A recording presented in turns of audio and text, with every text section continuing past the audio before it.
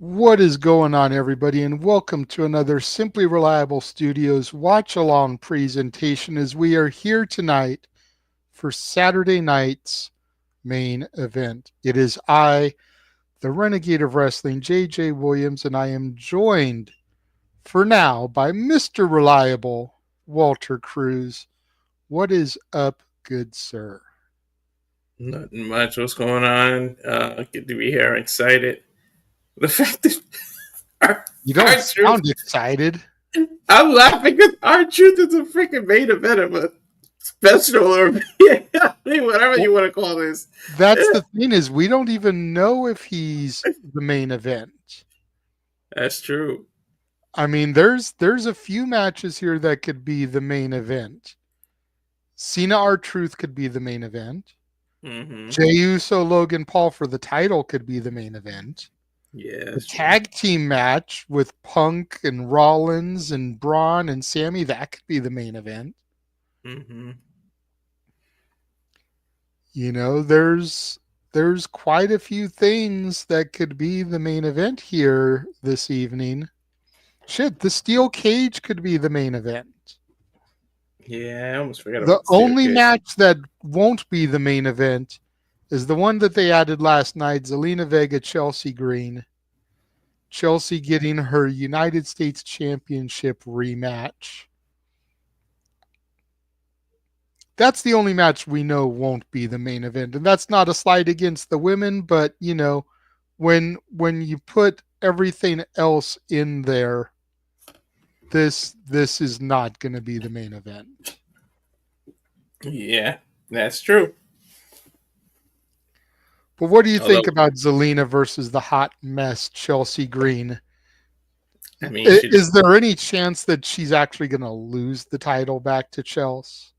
not this fast. I mean, she deserves it, but I feel like the title should be held on for a little bit. She's only the second person to win it. Like, you don't want to stop hot potatoing a brand new title. You're already going to make us be not care about it if you do that fast.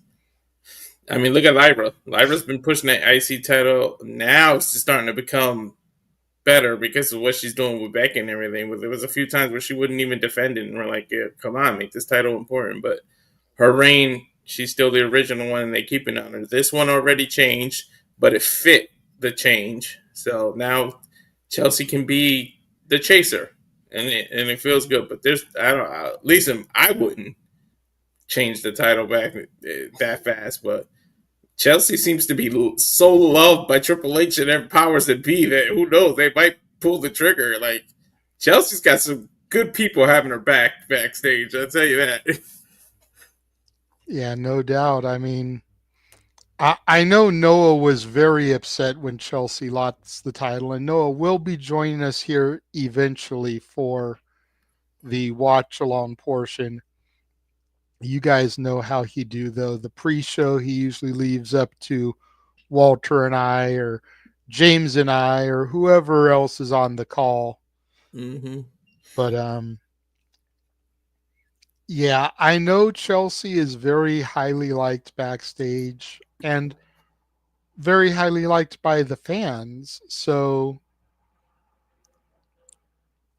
it there's always going to be that asterisk, that question mark, you know, about whether or not she'll get it back. But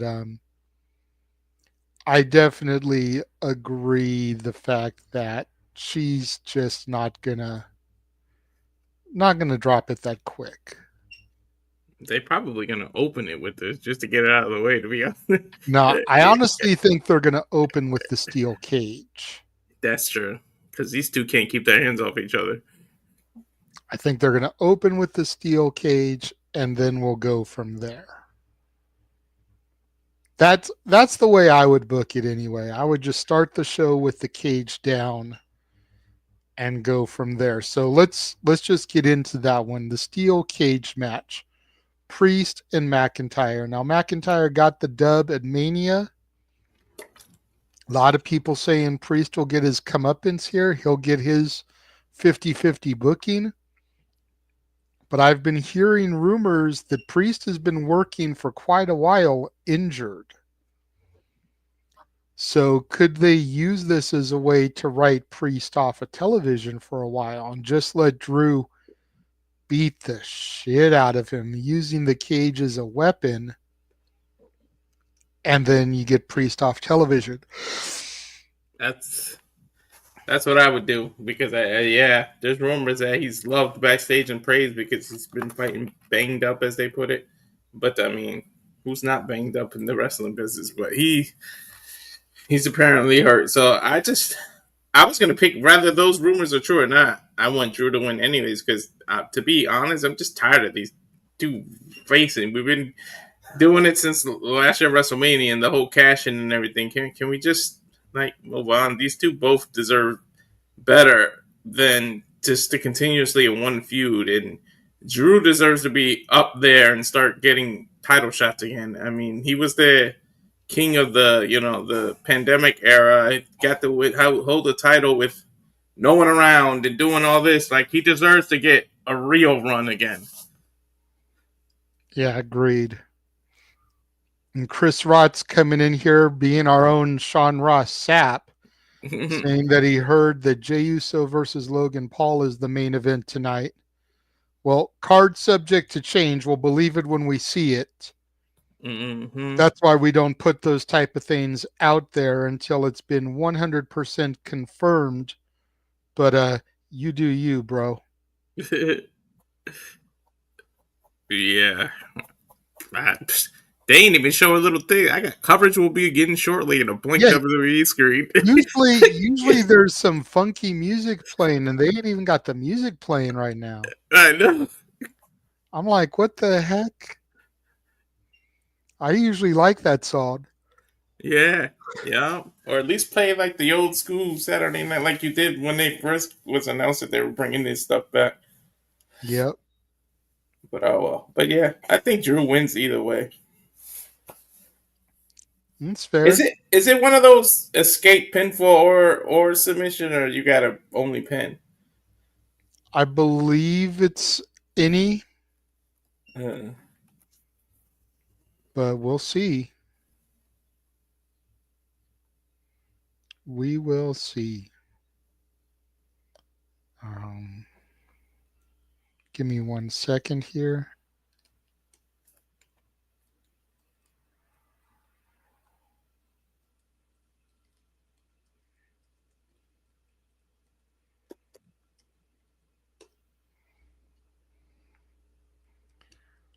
So the next match we'll kind of do the buffer here in the middle of the card. Seth Rollins and Bron Breakker versus Punk and Sami.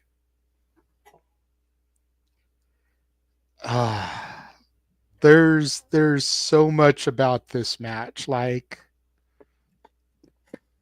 you probably on the same wavelength as me of what I think it's gonna happen. I got a bad feeling Sami's gonna turn. Yep. Me too. But, kind of like how we were talking about on Simply Predicting earlier with the Daniel Garcia, Nigel McGuinness FTR match, does he turn during the match or after the match? Do Punk and Sami win and then Sami turns?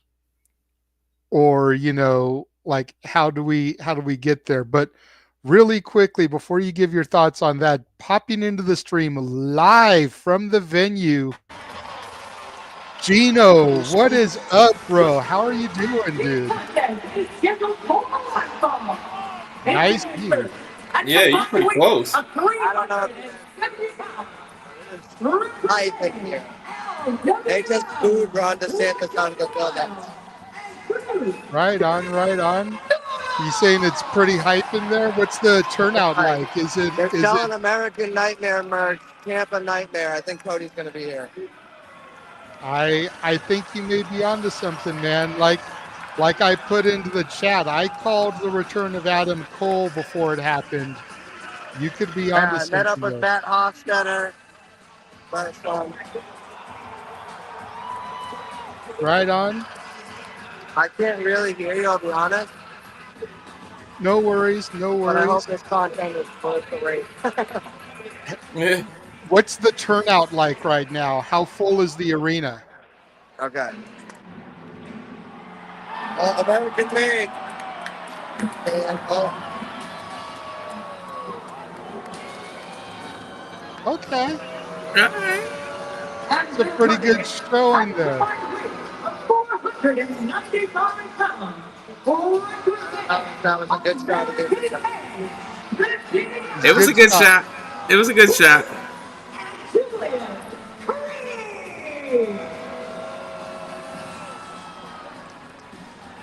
Good stuff, Gino. Good stuff.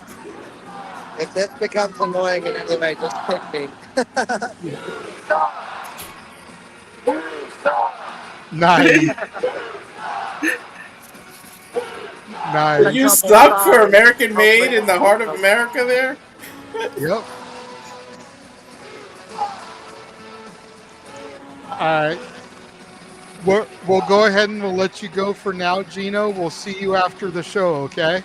All right, sounds good, guys. Take it easy. Yeah, because we don't want that music to hit in the background either. Yeah, exactly. But no, not as far as this show, Dwayne. When I went to the forum a couple years ago for AEW, I was in the bathroom and I heard over a walkie-talkie, a security walkie-talkie, about how a special guest had arrived and they needed to escort them in without being seen. And I started telling people, I was like, dude, watch, Adam Cole's going to return tonight. He's been gone for a minute. LA's a hot crowd, great place to do it. And then Adam Cole returned that night. I remember. So.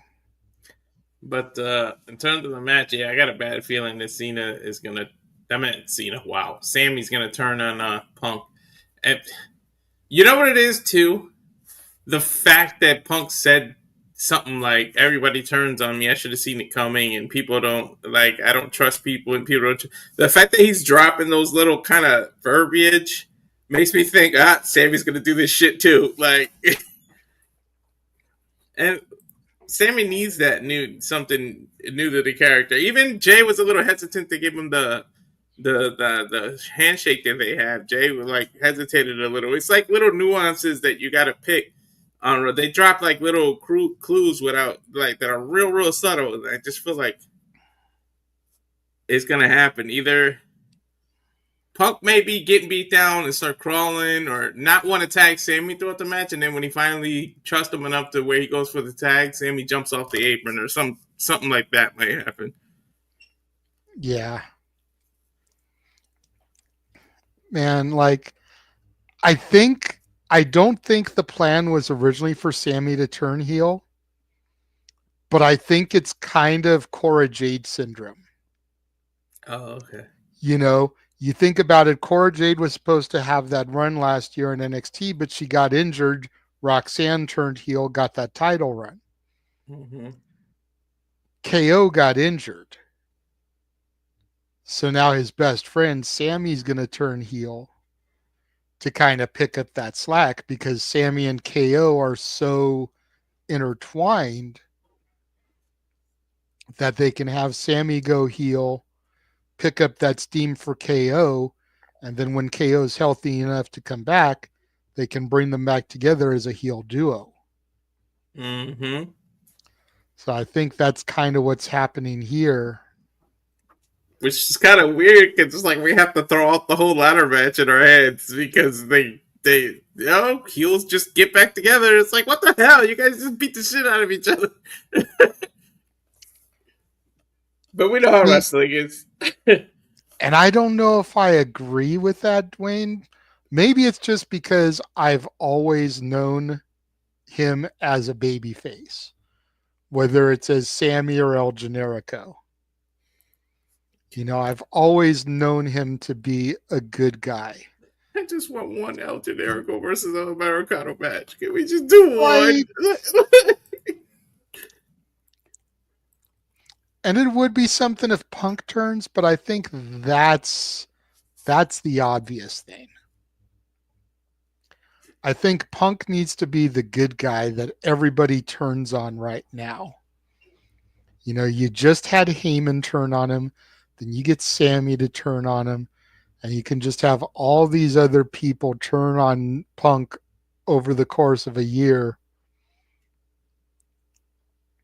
I don't know. I think that's a good way to do things. He'll develop his own DTA. Don't trust anybody like Stone Cold and just, nope, I'm doing the solo then. Screw that. If you think about it, when he cut that infamous pipe bomb, he was wearing an Austin shirt. Mm-hmm. Well, you want to talk about not trusting anybody. If R-Truth can't trust his childhood hero, who can you trust? And like, you trust. I don't know. Maybe it's just my crazy booker mentality, but I could see this setting something up for the AAA show. Excuse me real quick. I need to answer a phone call. Okay, a Triple I show with Cena.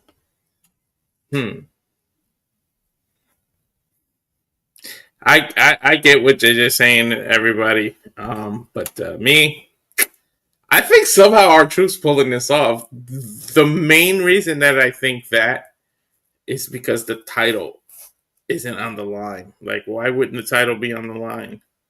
That alone makes me think somehow R-Truth can get a roll up because Cody Rhodes interferes and he comes back. Especially after what Gino said, how much they're selling his merchandise right now. So I honestly really think R-Truth is going to pull out maybe a fluky win, but it'll be because of R-Truth.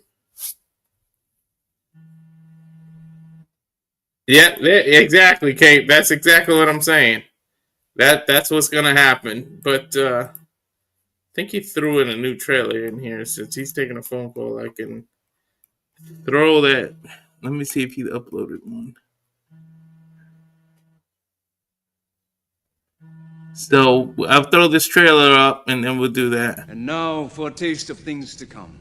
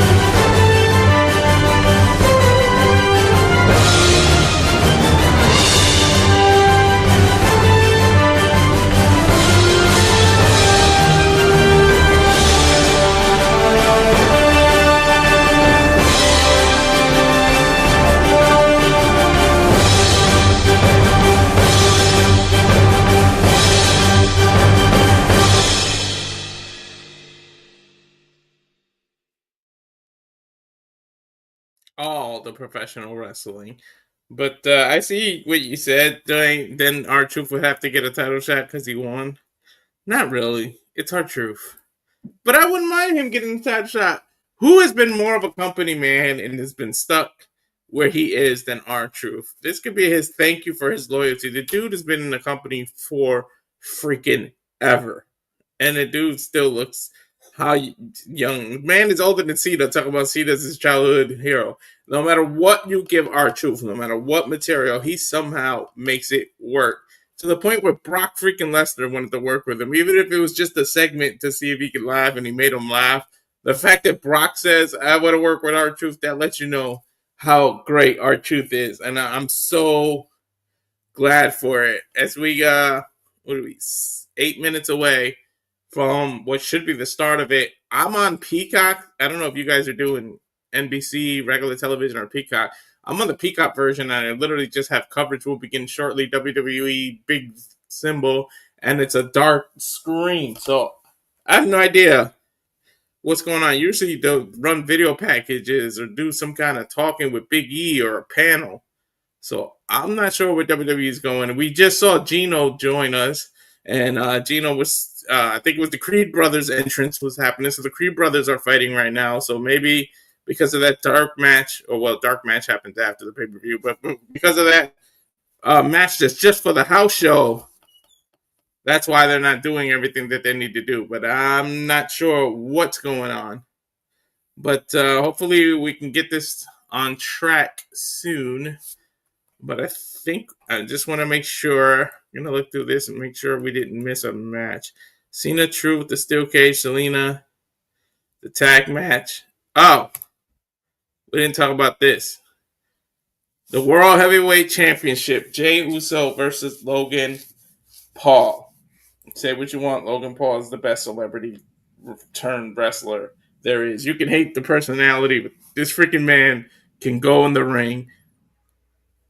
What do you think, JJ? I agree with you, man. Logan Paul is a stud in the ring. He has no business being as good as he is. But Jey Uso is going to win this. He can't lose it yet. And what does that say about Gunther if Logan Paul beats Jey Uso, but Gunther couldn't? Very true. You kind of make Gunther look weak by doing that. But going back to the other match, what I was saying about setting up the AAA show. Because John Cena said in that one promo that it's dates, not matches. So technically, June 7th, you could double book him. And it counts for one date, even though he has more than one match. That makes sense. Because the two venues are like in the same parking lot. So it's not like he has to travel to a completely different area. You know what I mean? Like just literally get in a golf cart, go from one venue to the other. Literally. Yeah, once they're into it, and what's the other one? The Forum, I think. Yeah, the Forum, yeah. So what I could see happening here is you've got R-Truth versus Cena. You've got the talk has been about doing something with Cena and Travis Scott. So you've got Cena and a rapper. Then you've got R-Truth. One of the SmackDown writers is the Road Dogg. And the head booker of AAA is Conan. So you got a 3LK reunion on the AAA show. Have Conan manage Road Dogg and R-Truth against Cena and Travis Scott.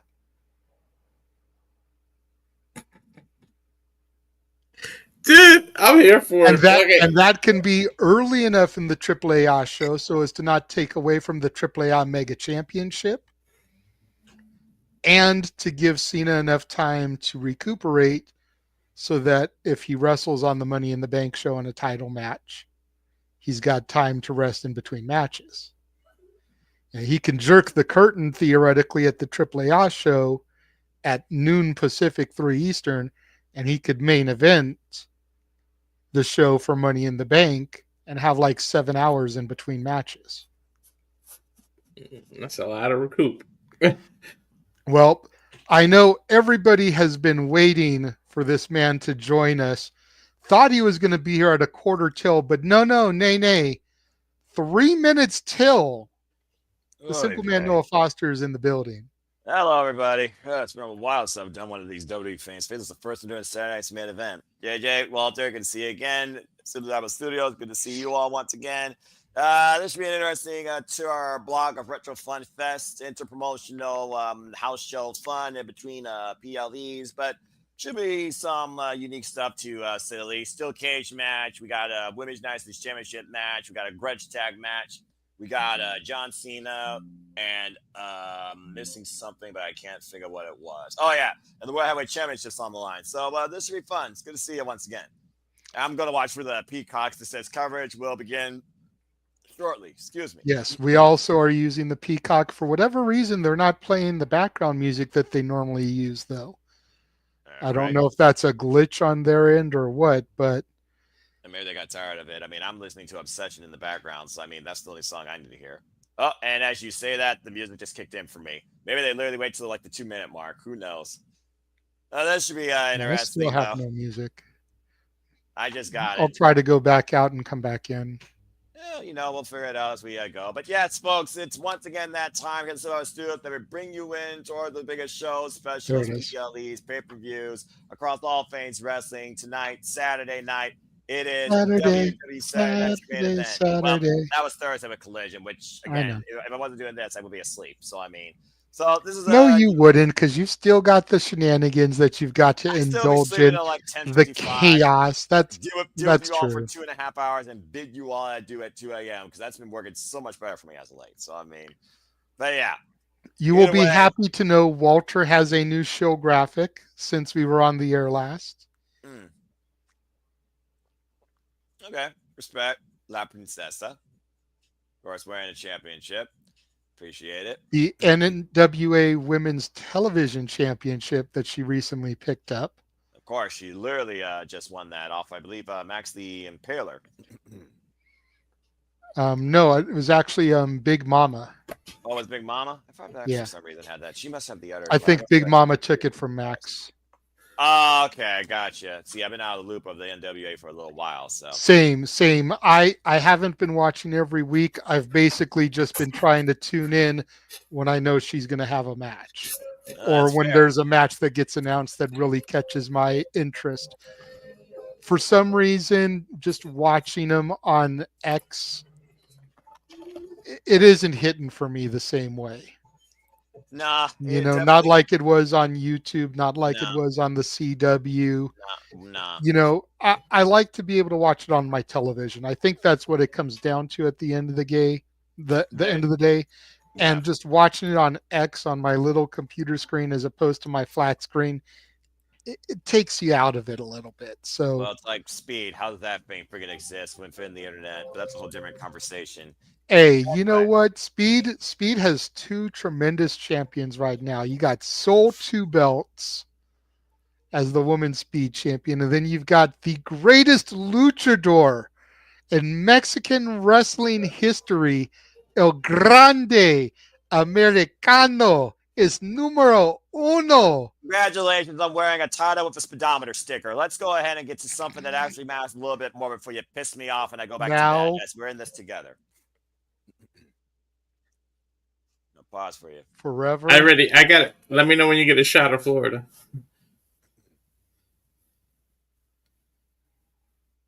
All right. I'll let you know. Yeah, what's up, man? Together. Gotta love streams. Dun, dun, dun. Yo, I've already passed that. I'm showing. And there's Florida. Yep. There we go. Overhead shot of Florida. Nice beach. Well, I mean, it's beach state. Yeah.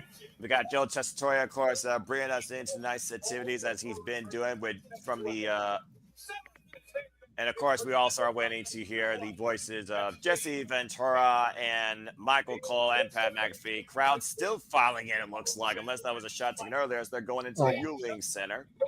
Yeah, I'm sure this was B-roll that was shot earlier. Yeah. Shout out to my pop. We may see him in the chat here in a little bit. Ballyman resides in St. Petersburg, Florida.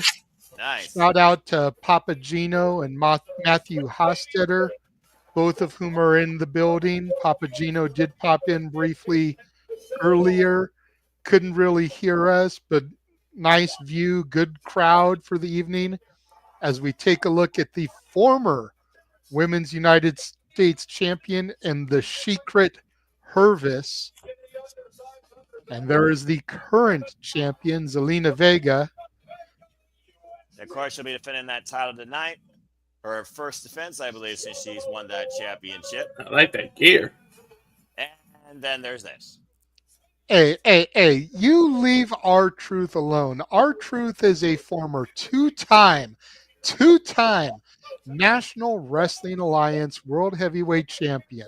Has Fine, John he's not Cena a viral ever disease. held the National Wrestling Alliance Championship? No, he has not.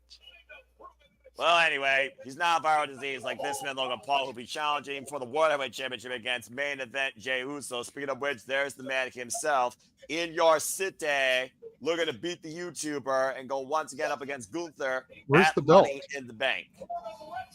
I don't know, but Florida's like second home to Hawaii's. Yeah, he from San Francisco, but the majority of them are from Florida. You're not wrong there. So, All right. Noah, you get to book this show. What do you have open the card? John Cena, R-Truth. John Cena, ride, AA, leave. See, I said start with the steel cage. Get it out of the way, and then you can have the rest of the show. It's not like that. That's not like that steel cage is hard to raise and fall as we've seen in the past. I can see No, that being like. but I just think while they're doing this, they could be dropping the cage. Yep. We saw on SmackDown yesterday that Drew McIntyre couldn't even arrive at the building without Damien Priest clocking him and starting the onslaught. Jeez. So let's just start the show with the brutality. Yep. And then you do another package and you can break the whole cage down instead of raising it. Yep. Well, we know we're going to have more than enough packages tonight, even though it's not a PLE. It's still WWE and it's all glorified branding and marketing. But that And aside, tomorrow we're going to have the big package of Tony Storm. well, at least it's actually in the ring and not on a commercial break. But that's a whole different conversation. It's Saturday night's main event here tonight. When we take a look at the venue and the steel cage hanging overhead. The fireworks are like reaching the steel cage. I get nervous. I figured that they know enough about that steel cage to not let it melt. Once again, hearing that voice of Joe Tessitore, who literally sounds like a sports broadcaster, as we got Jason the Body Ventura with him. Rocking the fringe just like the 1980s. Yeah, Love the Malcolm X hat. That's a Malcolm X hat, not a Twitter hat, people. I'm about to say, thank you, Walter. Thank you. X gonna give it to you. Different X. Of course, right now we're listening to that immortal voice that's been here since the 80s, Jason the Body Ventura. I can hear somebody's voice over That's my headset. Walter. I got it at a 3 volume. How the hell is it picking that up? You must be sitting right in front of it, bruv. Either that or if it's on your computer and going through your headset, it may be getting picked up by your mic too. You gotta watch it's on the TV. What's up, Nick? Shout out to Nick. Shout out to Sandy, who's joined us. My friend Sandy and Seth and Matt and everybody that's tuning in. Dwayne Atkinson, Cape Rayer. I hope everyone has a great time. Christopher Rotz. For the hell of it, one time. Just give it to me one time. They should have Jesse the Body Ventura and Karrion Kross at the table, and him trying to, doing the mimicking of Jesse in front of his face like that, dude. His shit is spot on when he does the Jesse. What they should do is they should have Joe Tessitore standing there, and you hear Karrion Kross's Jesse Ventura like off camera. And then they pan over and you see it's Kross, not Jesse, and then Jesse walks into the frame. Yeah. All right, well, guys, all the fun aside, let's get to the freaking in-ring action. Looks like we're campaigns on with tag team match. Here comes Seth freaking Rollins. His Saturday's main event has officially began. Welcome, everybody. Noah Foster, Walter Cruz, JJ Williams. We are Civilized Studios, and we are kicking things off with a robbery that has definitely ensued against a man's vision. One man named Seth freaking Rollins, endorsed by the wise man, formerly the tribal chief, Paul Heyman. Now literally alongside Seth and his newest Paul Heyman guy, Bron Breakker. Of course, their bad blood goes all the way back to WrestleMania, and tonight they face CM Punk and Sami Zayn after trying to give Sami Zayn a bye out of Monday Night Raw to go to Friday Night SmackDown Sami told him to go to hell, and Braun Breaker nearly sent him to hell. But CM Punk is back, and now CM Punk and Sami Zayn looks to take down this vision. Who would have? It's one of those things, JJ. We talked about Braun Breaker a lot. You followed Braun Breaker back in Florida. He was your guy, of course, in NXT, former WWE Intercontinental Champion, and now he's spearing everybody under the behest of Seth freaking Rollins and Paul Heyman. Former Intercontinental Champion, former two-time NXT Champion, former NXT Tag Team Champion with Baron Corbin. Shout out to the Nomad Bishop Dyer, as he is now known. But yeah, dude, like Braun Breaker has a lot of potential, and we've been talking about Braun Breaker a lot this year because of the rumored December PLE that is going to speculatively be entitled Ruthless Aggression. And who on the roster shows more ruthless aggression than the newest Paul Heyman guy, Bronathan Breaker? And of course, Walter, you've seen WWE evolve sometimes on Wednesday night on Tuesday. We have seen Seth freaking Rollins evolve this vision since beating Roman Reigns and CM Punk at WrestleMania, calling CM Punk a cancer. You would think that Seth thought he was done with CM Punk after WrestleMania, and yet that ghost still haunts him tonight. Yeah, you would think he was done, but no. Old rivalries just never die. Man, this dude, Braun Breaker just is a beast. Look He's at a him. Steiner. You shouldn't be surprised. And I can't. What's up, Mike? Yeah, shout out to Statboy in the chat room. Statboy, are you going to be there for shenanigans tonight? Let me know in the chat, yes or no. And go follow him, folks. Statboy Sports Bar with Dory Lou when it's open. Of course, he gave me some stats ahead of tonight, including previous encounters with Braun Breaker, CM Punk, Sami Zayn, and Braun Breaker, of course, who had a feud over the WWE Intercontinental Championship last year. As we approach Money in the Bank, it was Money in the Bank that Sami Zayn retained, and it was SummerSlam where he lost that title to Braun Breaker. Gentlemen, is Sami wearing the Stars of Chicago across his waist?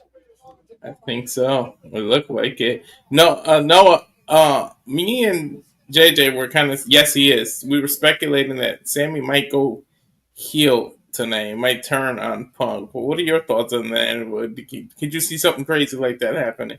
I most definitely could see Sami Zayn falling in line to Seth freaking Rollins. Sometimes baptism by fire. Sometimes there's tough love. Sometimes if you can't beat them, you join them. It's a mentality as old as the wrestling business itself. Sami Zayn's always been an underdog. Go fight from underneath on his own. So why not, for the first time in your career, fight alongside somebody that wants you to be part of their vision? Well, gentlemen, it may be 5:10 Pacific, 8:10 Eastern, but it is now clobbering time on our television screens. CM Punk's first in-ring action since WrestleMania, where his best friend Paul Heyman walked down the ring to him as he was living his dream and turning it into a nightmare, betraying him in Saturday night's main event of that weekend. Mm-hmm. I'm a little shocked that this is opening. I mean, it's really one of those matches when you figure about what we have on this card that probably has the least implications when you consider the longevity of the support, respect, and friendship that our truth have for John Cena, the bitterness and the rivalry that's going to be contained inside the cage, and of course, our other bouts are concerning championships. This one right here is a grudge rivalry. So I can honestly see why this is open. Here we go. Coming up fast and furious. Fists are flying in Florida. Rollins pairing off with Sami Zayn, Breaker, and Punk. Rollins over the top now. Sami and Punk double teaming here on Braun Breaker in the early goings. This is a wise strategy here, considering Braun Breaker literally could spear with these two men back to back if he wanted to, while Suffering and Rollins been restraining this dog, and up and over up against the announce table. CM Punk and Sami Zayn, there they going here in control. And folks, this is a traditional tag team match. This is not tornado tag. This is not no DQ.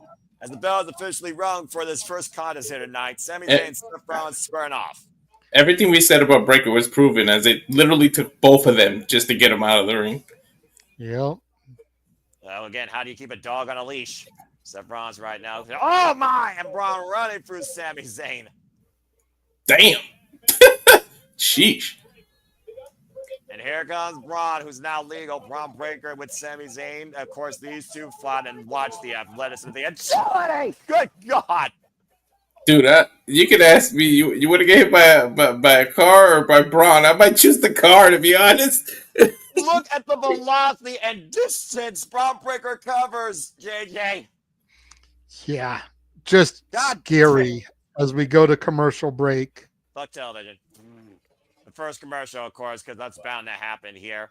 I wonder what commercials are on the Peacock versus NBC. Both probably suck. But yeah, again, Bron Breakker, let's not forget, folks, he's a Steiner. He's literally born into this business. Like Seth freaking Rollins, the former Tyler Black, he was born out of Ring of Honor by Phil Brooks. And again, he holds this grudge against CM Punk, for those that don't know real names, because CM Punk left and wanted this company to die. Why CM Punk said he never wanted this to die, he just wanted the management to change. And that's why he returned home.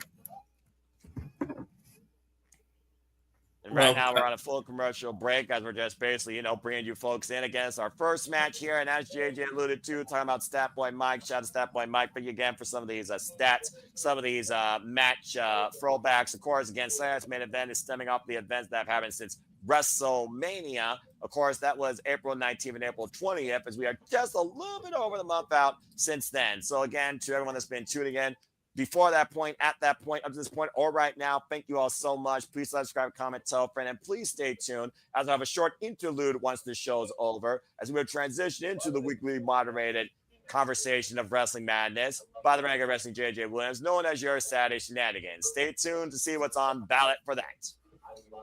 Oh, yeah. Got a lot to talk about. Always something to talk about. Always something to talk about. All the topics. On all the wrestling. There's enough news to always talk about it. Well, yeah. You all talk about, I just try my best to avoid it, and so far it's worked in my favor. And of course, out of the night, we'll be back here tomorrow with a double feature for you all. Double feature, as we'll be covering NXT Battleground with Walter Cruz and DJ, and double or nothing with me, our Canadian friend, Ash, and apparently James Keybird. So pick your poison and stay tuned for more on that as this wild weekend continues. And thanks to those that tuned in Under Siege last night. We appreciate you. Yes. Make sure you guys keep liking, sharing the videos. Subscribe. Share it with your friends. Subscribe so we can get Walter and Noah potentially to Vegas next year for WrestleMania. Yeah. Or whoever. Yeah, we might want to be fair, we might do it on a Saturday if I get to the 200 and have you spin the wheel, and whoever lands on the wheel, that's who we should put sends to Vegas or wherever. Why are you all so hell bent on this freaking mission? Is beyond me. But honestly, I say it depends on where Mania is. Yeah, as we're back here live, because me and you are going to be living in California, so it's not going to be difficult for one of us to get there. Yeah, you'll be on the West Coast, as I'm on the East Coast. We're in the East Coast now with Florida. Seth Rollins is squaring up, and Sami Zayn, to your point, cheap shots behind the referee's back. Shout out to the Saturday's Main Event corresponding team, including Michael Cole, Pat McAfee, Joe Tessitore, Governor Jesse Ventura. Yes, folks, he's a governor. Kathy Kelly, and of course, Lillian Garcia. Yes, good to see Lillian back for Saturday night's Main Event. Yeah, if those are the only shows that she does every year, I'm here for it. Bron Breakker, here's the cover off the suplex, gets a 2 count. And Bron doing the old Scotty Steiner push-ups coming off the 2, just like his uncle. Look at that gnarly scar there on his chest. He hurt himself jumping on that table. That's what happened, huh?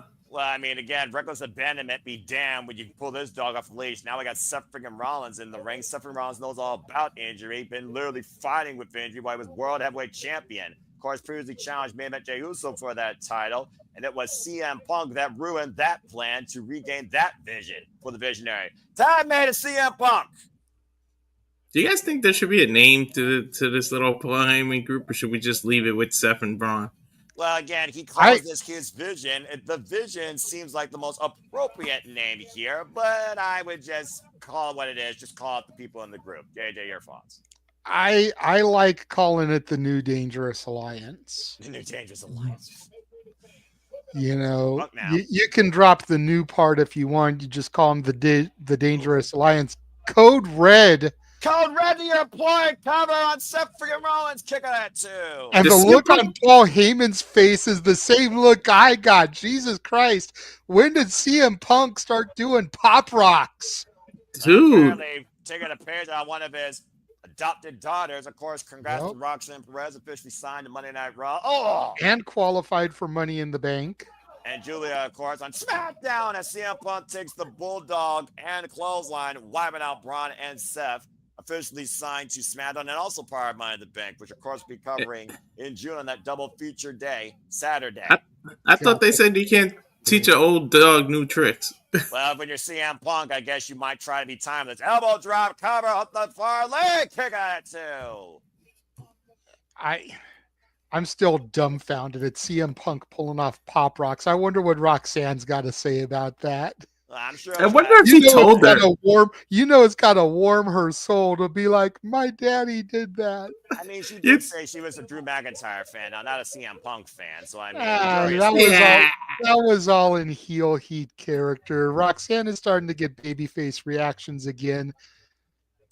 You think he told for the pedigree connects on Punk? Oh, you think he told her backstage, JJ? Watch this. I'm gonna pull it out. Game over. Hold that thought, Walter. Kick at 2. No. I think he surprised her. Yeah. Bron Breakker now coming in to the aid. Of course, Bron Breakker has not yet been pinned or submitted since joining Seth freaking Rollins and this vision being endorsed by Paul Heyman. Pull down the rope. Bron goes over the top there. Sami Zayn. Good low bridge.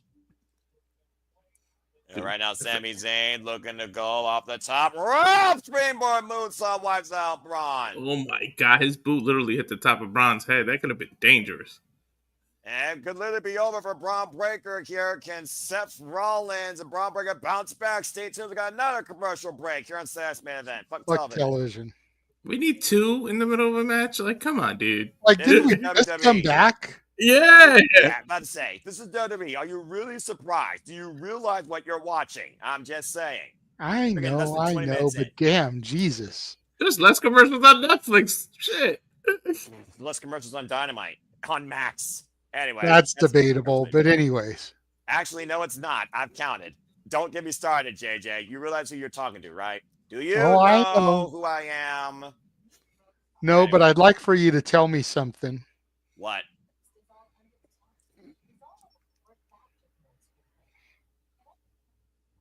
Really? Really? He said something and you missed it. It went right over your head, Noah. Yeah, I just realized that. He's trying to trigger me. He's trying Well, no, I was also trying to go with the Alicia Edwards. Oh, do you want to know something? Freaking Boston trash tramp. Anyway, don't get me started on Under Siege last night. Hey. Leave Alicia Edwards alone. She's a ride or die. Ugh. She ruined a man's career. If only we could find more women as loyal as Alicia Edwards. I'm just saying. There's a reason why half of America is in divorce. What? Anyway, again, another full commercial here. I'm on gas, no brakes this weekend. Under Siege unhinged me, and this might do the same thing tonight if pushed the wrong way, quite literally. Thankfully, you've got Double or Nothing tomorrow to reel you back in. Yeah, that's true, but I'm sure something there is going to piss me off as well. A lot of stuff's pissed me off as of late, especially in wrestling. That's a different conversation. It's a Jacob Fatu reference. That's awesome. Yeah. Dude, this is Noah. Who the fuck you talking to? I'd say, do you realize what Jacob Fatu is? I mean, former MLW champion, United States champion. The whole thing about him and Jeff Cobb coexisting remains to be seen. Of course, we'll JC Mateo. That should be a topic alone. What do we think about that damn name change for tonight? Yeah, here's my answer. Fuck WWE names just like Def Rebel. And if I remember correctly, I think someone told me Fraxium got Def Rebel. So there you go. Anyway. I told you that. Oh, brother. Yeah, I know what I mean. And of course, again, as JJ and Walter alluded to, the next time we cover WWE for you all will be a double feature as we have Worlds Collide, Lord help us, and Money in the Bank, both on the same day. Stay tuned for more on that.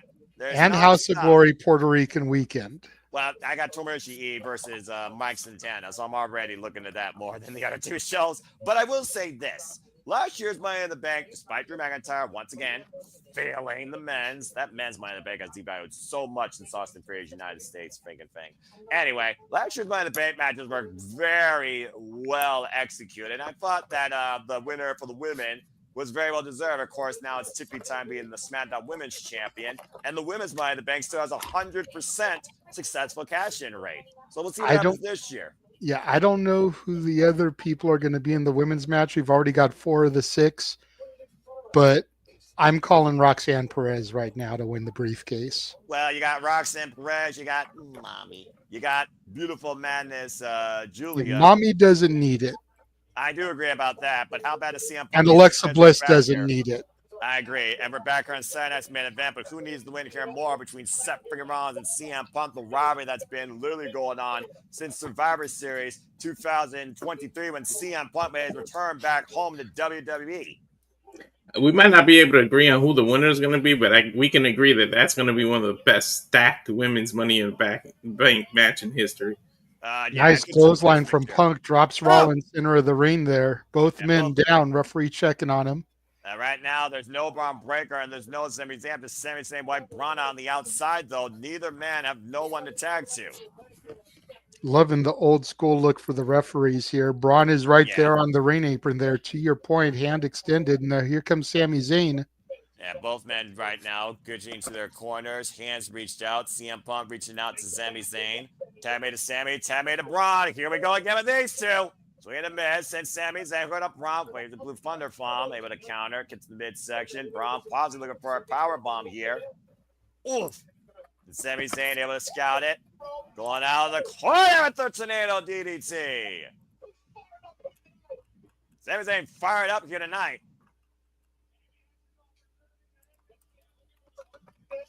Sami right now with a major opportunity here. Scouting Bron. Seth picking the leg, though, preventing the haluva kick attempt. But CM Punk over the top with the plunge. Wipes out the Visionary. Exploder suplex from Sami. Drops Bron Breakker. That's a big man to be doing that, too. Sami showing some strength. Now Heyman in position, grabbing the ankle. Yeah, but I was like, Sami Zayn's been showing strength and hard. To your point, Paul Heyman just grabbed the ankle. I just saw that there. Referee catching Paul Heyman, though, red-handed. And might just save this tag team match as Sami Zayn was setting up for the Luva kick. Wait a minute! What the hell? Oh my God! Oh, man! That's Bronson Reed. That's exactly who that is! Bronson Reed just wiped out CM Punk through the barricade. Spear from Breakker. Hooks the leg. 3. A super spear, the cover, and the Vision wins with Bron pinning Sami. Wait a minute. If Bronson Reed's a new member after what him and Seth went through last year, that's kind of weird, awkward. That makes sense. Remember, Bronson Reed was looking for opportunity. So what did he do? He attacked one of the biggest dogs on Monday Night Raw, and he and Seth tore each other up in Saudi Arabia to the point Seth freaking Rollins wanted to go after Bronson Reed again, and Bronson Reed wanted to do the same. I think Bronson Reed might just join Seth's vision. Dude, shout out to him to be able to recover. He hasn't. It's not as long as you think. Like that to recover fully from that kind of injury. Well, remember Bron Breakker taking the straps down. Oh boy! Last year at War Games, to your point, Walter, he literally broke his ankle.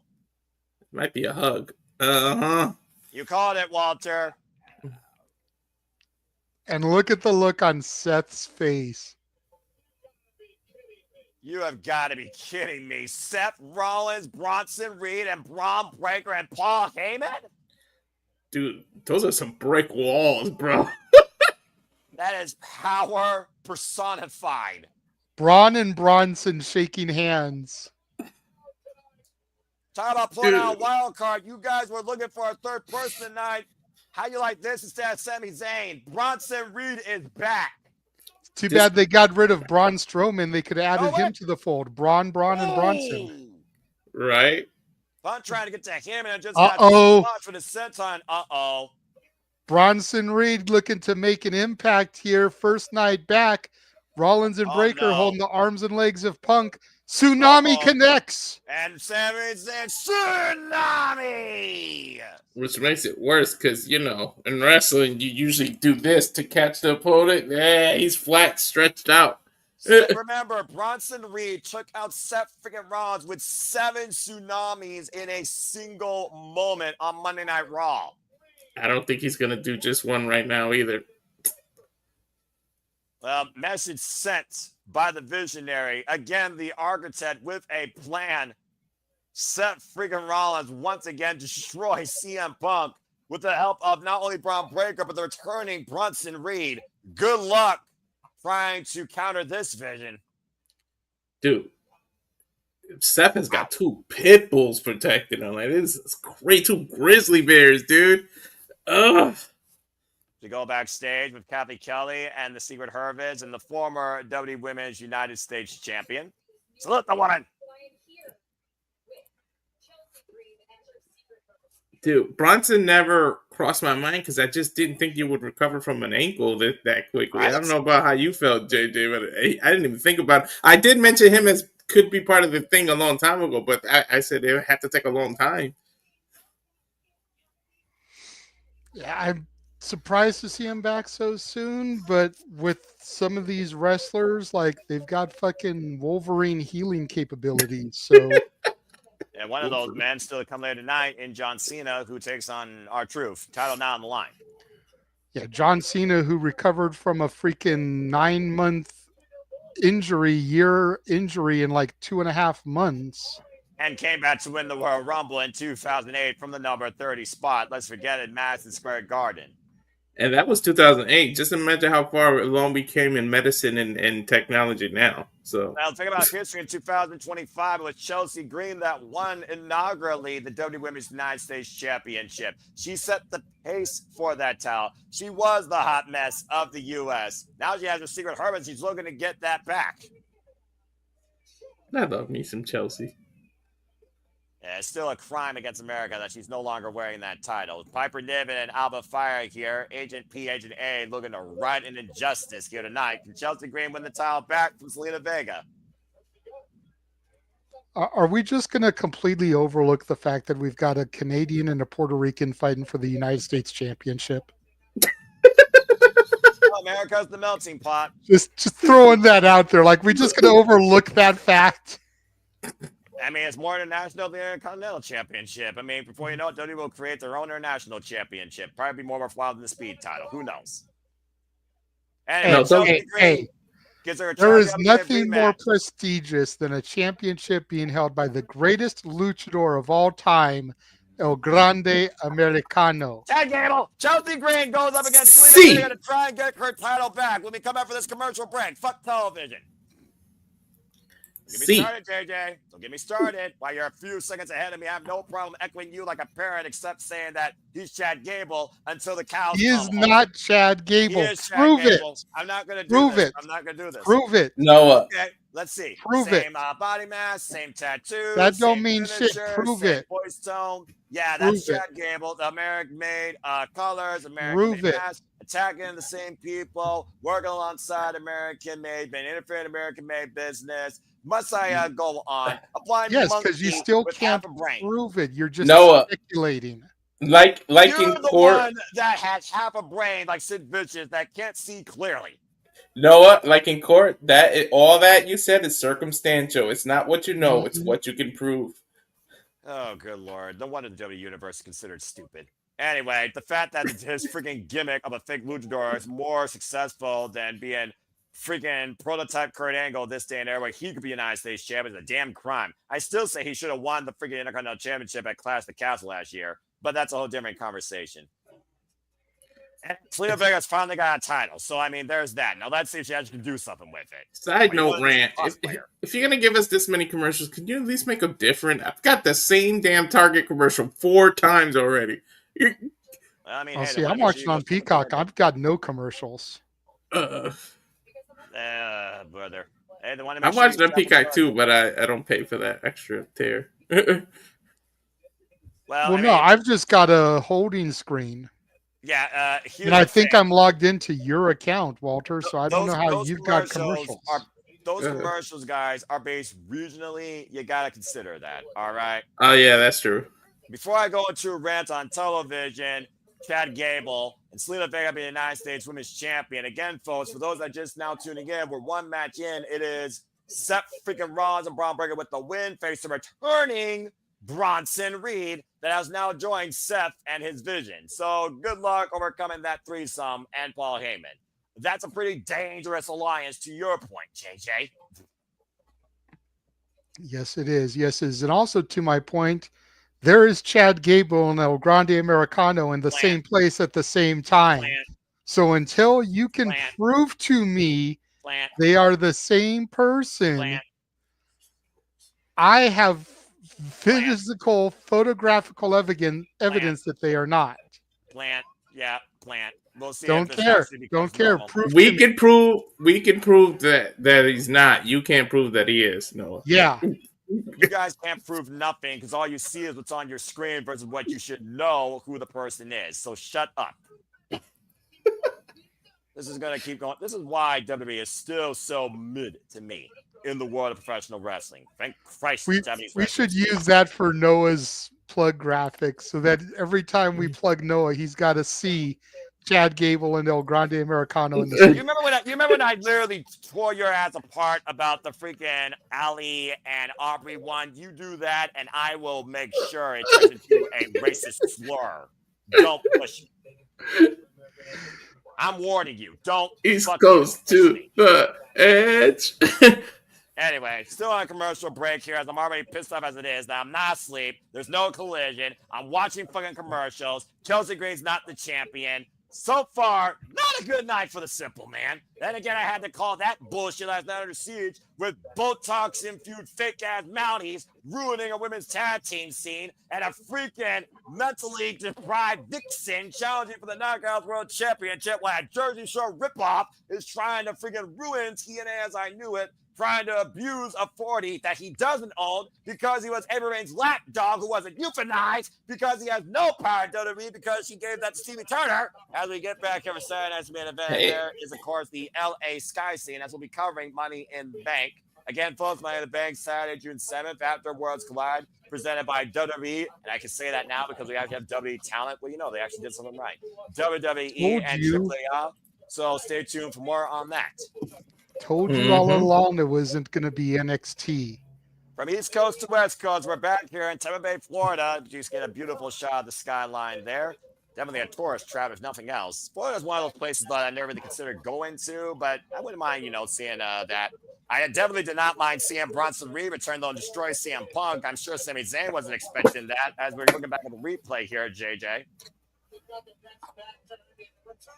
And there you see wide range Bronson Reed running through CM Punk through the timekeeper in the barricade. The disrespect to Chelsea to be showing this replay while she's in the ring in her ring entrance. Right? Yeah, they don't care. They don't care. I'll say it once. I'll say it again. They don't care. But apparently, Seth Rollins cares that Bronson Reed has returned back to be part of his vision. And now there's four people on the opposition of CM Punk and Sami Zayn. And to your point, JJ, that tsunami crushed CM Punk's ribs. Once again, Seth Rollins has changed the game. How fitting, considering he was literally a Triple H guy. As we await the arrival of the current WWE Women's United States Champion. And nobody reacts. Gee, shocker.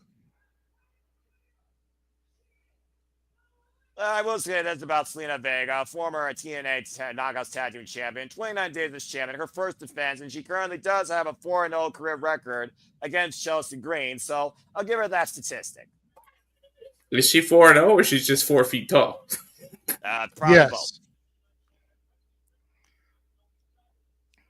And of course, as we talked about, it was the very first Saturday Night's main event that Meacham and Chelsea Green, of course, were challenging to become the first WWE Women's United States Champion. And Chelsea Green won that night with a nod out to Always Ready Matt Cardona, who, of course, will challenge for the TNA International Championship against Steve Maclin this Thursday on TNA Impact if Maclin's cleared.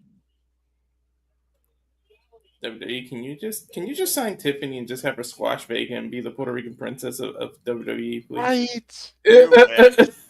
They'll put her on Evolve before they put her in NXT. Anyway, WWE Women's Championship on the line. Not much history here, folks. As we said, Zelina Vega is the second ever champion, and this is her first defense.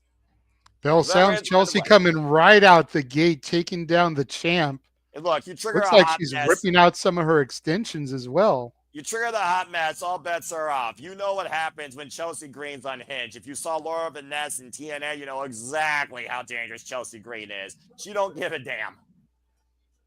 Is Zelina supposed to be bumps. So is she Wonder Woman? Is she cosplaying Wonder Woman? No. You know what? I would say she's Miss America. That's a whole different conversation. Even if she's Miss Canada. Schoolgirl by Zelina Vega gets a 2 count. Now, I'm not sure who Zelina is supposed to be, but it's not Wonder Woman. Oof. I've seen the same scheme on La Princesa to your earlier point. It made me think of her gear. And now Zelina Vega might be taking a nod to Rey Mysterio. Trying to go for the Tiger Feint kick. What's the area code in Tampa Bay, Florida? Chelsea Green right now, tail of the tape. Clearly the taller of the two. Then again, who's not taller than Zelina Vega? I was just going to say that. Seriously, like when they were doing the backstage segment on SmackDown, I forgot how short she was for a second because Chelsea just looked like a giant next to her. Spine first to the floor, goes Zelina Vega off that power bomb by Chelsea Green. That's higher the CN Tower. Brings her inside center. Here's the cover to McGee. Kick out 2. What is Chelsea? She's probably like 5'9", 5'10" herself, though. Yeah, Chelsea is just an average height, but Zelina looks like a midget standing next to her. And she's already short as it is, but like standing next to Chelsea, Chelsea looks like fucking the Undertaker standing next to Rey Mysterio. Well, right. Who stands tall here tonight? We'll see who also stands tall on top of a ladder at Money in the Bank in LA, California, at the Intuit Dome, Saturday, June 7th. Of course, Chelsea Green was mere seconds away from winning Money in the Bank till 2 of those. Dennis Stratton sent her down for the tables. Here's the cover. Kick out at 2 as Chelsea Green almost regained her title. I just got done watching that women's Money in the Bank match. The bump that Chelsea Green and that Michinoku driver for the ladder bridge that Zoe Stark took. And by the way, shout out to Zoe Stark. I wish her the best in her recovery at first. That was a horrible injury situation that happened on Monday Night Raw. I don't wish that on anybody, not even those that are the worst of the business. Zoe Stark, get well soon. Oof. Yeah, that's just a freak accident. Yeah, I mean, you saw the way that her ankle literally twisted. That's almost as bad as what happened to Sky Blue in her match with Hikaru Shida. It was a freak incident. Fortunately, it's just sometimes the nature of the business, JJ. All it takes, literally, bouncing on a lightning bolt, life or death. You take one wrong misstep and you put yourself on injury reserve. Yeah, that ankle was more twisted than Keith Sweat's love life. And Chelsea Green right now. I'm glad you got that, Walter. Of course, I'm a 90s R&B all day. Oh boy. I didn't think Noah would get it, so I'm glad you did. Chelsea Green right now, flying by the corner. Oh, went for the splash. Zelina Vega got out of the way though. Zelina Vega with a rolling kick just rocked the hot mess. You know what? If Chelsea doesn't get it back, I wouldn't mind one of her Secret Harvest people being the next one, especially Piper. Make America great again and get that title back on the Hermits in the hot mess. It's Zelina Vega right now. So we'll have it go from a Canadian to a Puerto Rican to a Scot. Yeah, right? You know what? How about you just trailblaze the world? Not brought to you by Daft Punk. Nice backdrop suplex, though, by Zelina Vega. Around the world. Not copyright, damn it, not copyright. And right now, Zelina Vega following in with the double knees in the corner. Previously the manager, of course, to former NXT champion Andrade El Idolo, member currently of the LWO with Rey Mysterio, Dragon Lee. Whoop. Dude. Able to get out of the way. Roll through and whoa. That was unique. I don't even know what the hell to call it. And right now, looking to give her a makeover and make her lighter. Oh, my God, in a backstabber. Well, what is up with the kick up? It's starting to become a super kick. Does everybody and their sister have to do a damn... I think Zelina Vega got caught on the ropes and maybe caught Chelsea Green on the nose there. I did not necessarily see how well that call connected. And right That now, was the a- Pirates distracting the official. And Agent P, Piper Niven right now, trying to take Selena Vega out. That was a 6-1. There was no 9 in there because she Right? didn't get What's the Eric it. Cobra, Tampa, Florida? Someone tell me. I'm not even sure there was a 1 in that. I think it was just a 6. And what the hell? Wait a minute. What is Selena Vega looking for here out of the corner? Code up red. the green. Oh boy. From up top, up the center rail. Sunset flip power bomb. To retain. And to your- Selena Vega's done it. And to your point, with that botched 619 from our champion, Chelsea's bleeding from her nose.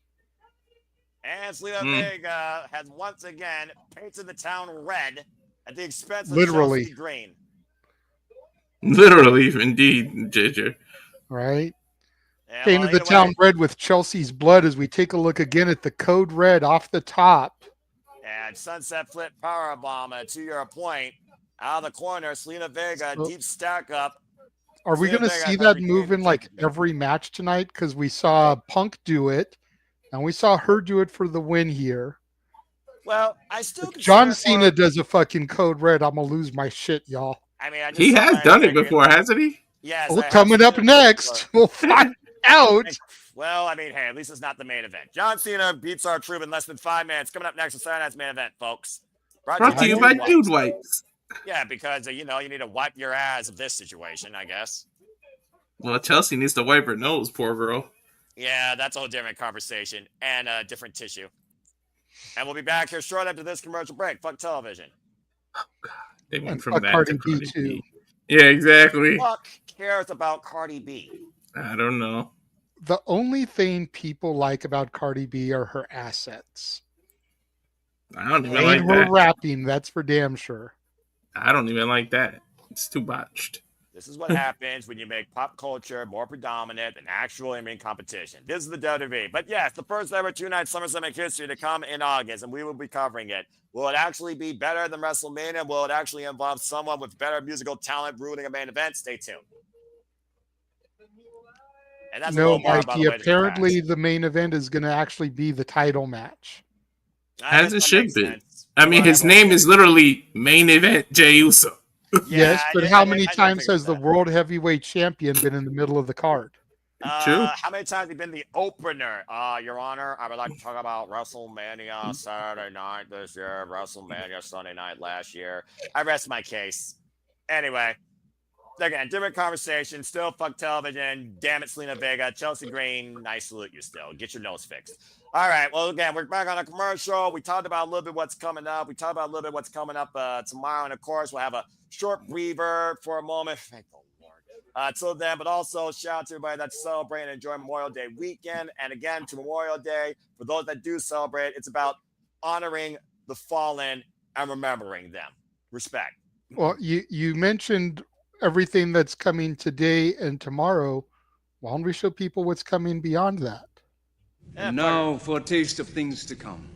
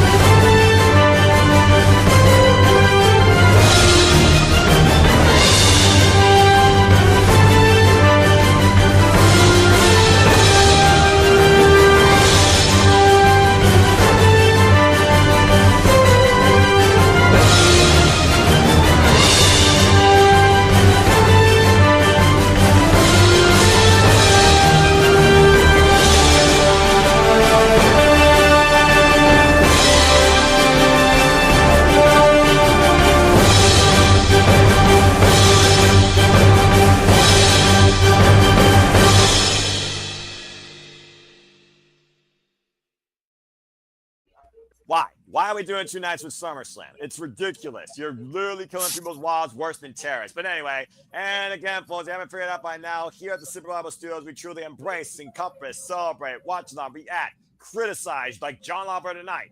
All the wrestling, or at least I do, since I'm the only one in the suit. And welcome back here to the Super Reliable Studios. What is it, Walter? Did that GCW show say Hartford, Connecticut?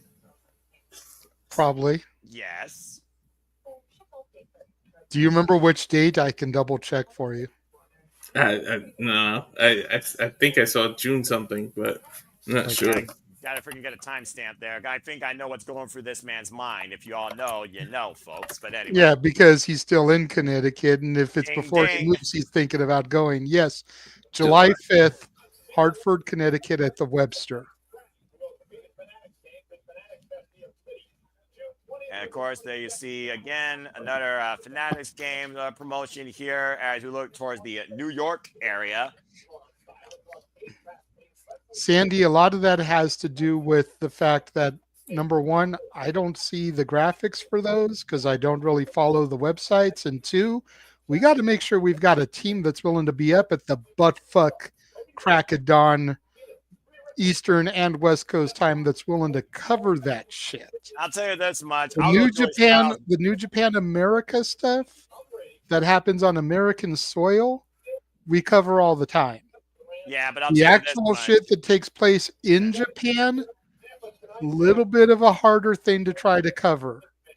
Yeah, but I'll tell you this much, JJ. You had me Joey Styles Resurgence, and that was no problem. I guarantee F&T you, I'm doing friggin' Dominion, and I'm doing the G1 Climax, at least on several days, and the jury's still out for doing I told you I was doing that with you. Yeah, I'm staying at the buttfuck hours.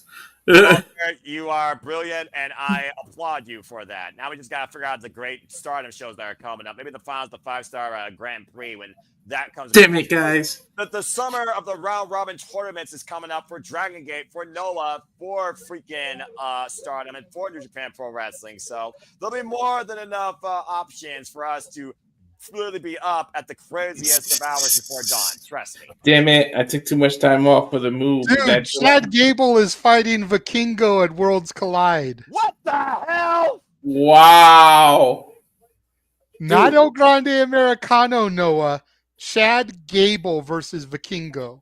All right, and of course, that will be streaming on YouTube in English and Espanol, 3 p.m. Eastern Standard Time, folks. And Walter, I expect you to do Spanish commentary for that. And for those that don't know, Gil de Vikingo is one of the most famously recognized luchadors in the world, former record-setting AAA mega champion. He is a highlight reel. And he is a highlight reel. Dude, second row tickets are only $50 for that GCW show.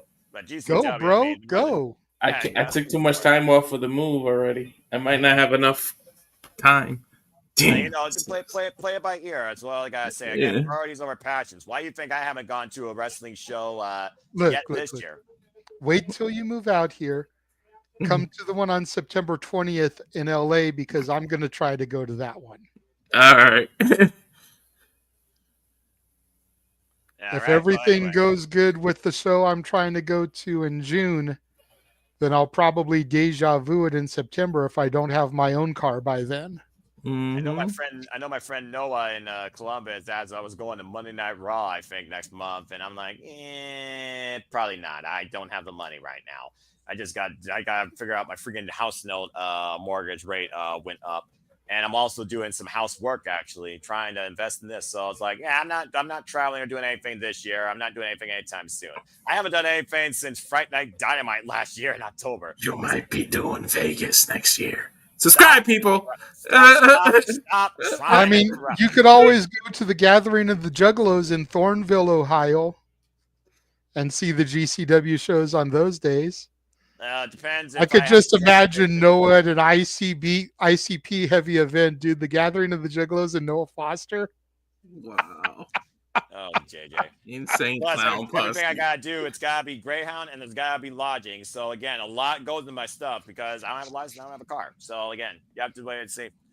As we got, are you scared of flying? No, I just don't have the money. Also, they're doing some real ID bullshit that you gotta have now to even fly, and I don't even have that. I don't even know what that's about. Well, you better get it next year because, I mean, if she's sending you, she's sending you. You don't gotta worry about prices. Oh, Yep. I love feet. She'll pay for your transportation and your lodging with him. All you got to do is come up with food money. And trust me, Vegas, you can do cheap food. I mean, hey, I'm already cheap. I don't think she has to pay me a lodge because you could just be with me. So I mean, That's what I'm saying. You guys will lodge together. And all he's got to do is worry about food. And she's buying your tickets to Mania. Well, that being said, this so the only things you got to buy is food and independent wrestling shows, because I know you're going to go to some indie wrestling shows. Yeah, damn right I am if I ever do that. And a wrestling convention. 2 things I haven't done ever. Anyway, right now we got a video part probably longer than this next match. So we're getting ready for John Cena versus Will you stop? This match is not going to be a short match. It should be. I picked R-Truth to win, believe it or not. If R-Truth wins, I'm walking out of this freaking building. He's winning via a roll-up or something silly because of Cody. I mean, think about it. This isn't for a title. That's my point. So Cena could lose this and not lose the title and then beat him down afterwards in order to sell the shit. That's why I say, I was saying it to Walter when we were on the air earlier, and you kind of came in during the tail end of this. This could set up something for the AAA When Worlds Collide show. Road Dogg and R-Truth versus Cena and Travis Scott. Oh, Conan managing them. 3LK reunion for the AAA show. And then you can freaking run it back and have Cena on Money in the Bank. Oh, look, all I know, the only way R-Truth wins is if John Cena bludgeons him within an inch of his life out of this match to get disqualified, just to prove a point about, again, didn't need you. But other than that, whatever. Anyway, we got another commercial break, so fuck television. And again, folks, John Cena versus R-Truth, a rematch that hasn't been seen since Capitol Collision, if you remember that debacle. So yes, this I should do. be interesting. I reviewed it on the members side of the Casa D18 Studios channel. Shout out to the people that subscribe and pay for the members exclusive content, which I admit dried up for a while. Hopefully now with the move, things can start picking back up on my normal content. But thank you to the people that still ride with me, like Arlene, whose lifelong dream is to meet Noah Foster. Yeah, y'all nice. I'm just saying, you know, she says it right there. Meeting Noah is the dream. And I'll arrange it. I'll have my car. Uh-huh. So I say, let's get Walter to 200. Get Noah and Walter to Vegas. Then I can just worry about getting out there on my own. Like I said, even if I don't go to Mania, stay in the room with y'all and just go to some of the incidental indie shows. The 3 of us then, and if the 3 of us are there, we might be able to get James to figure out a way for him to get there. Oh, Lord, and we could actually have the Fab 4 in Vegas together.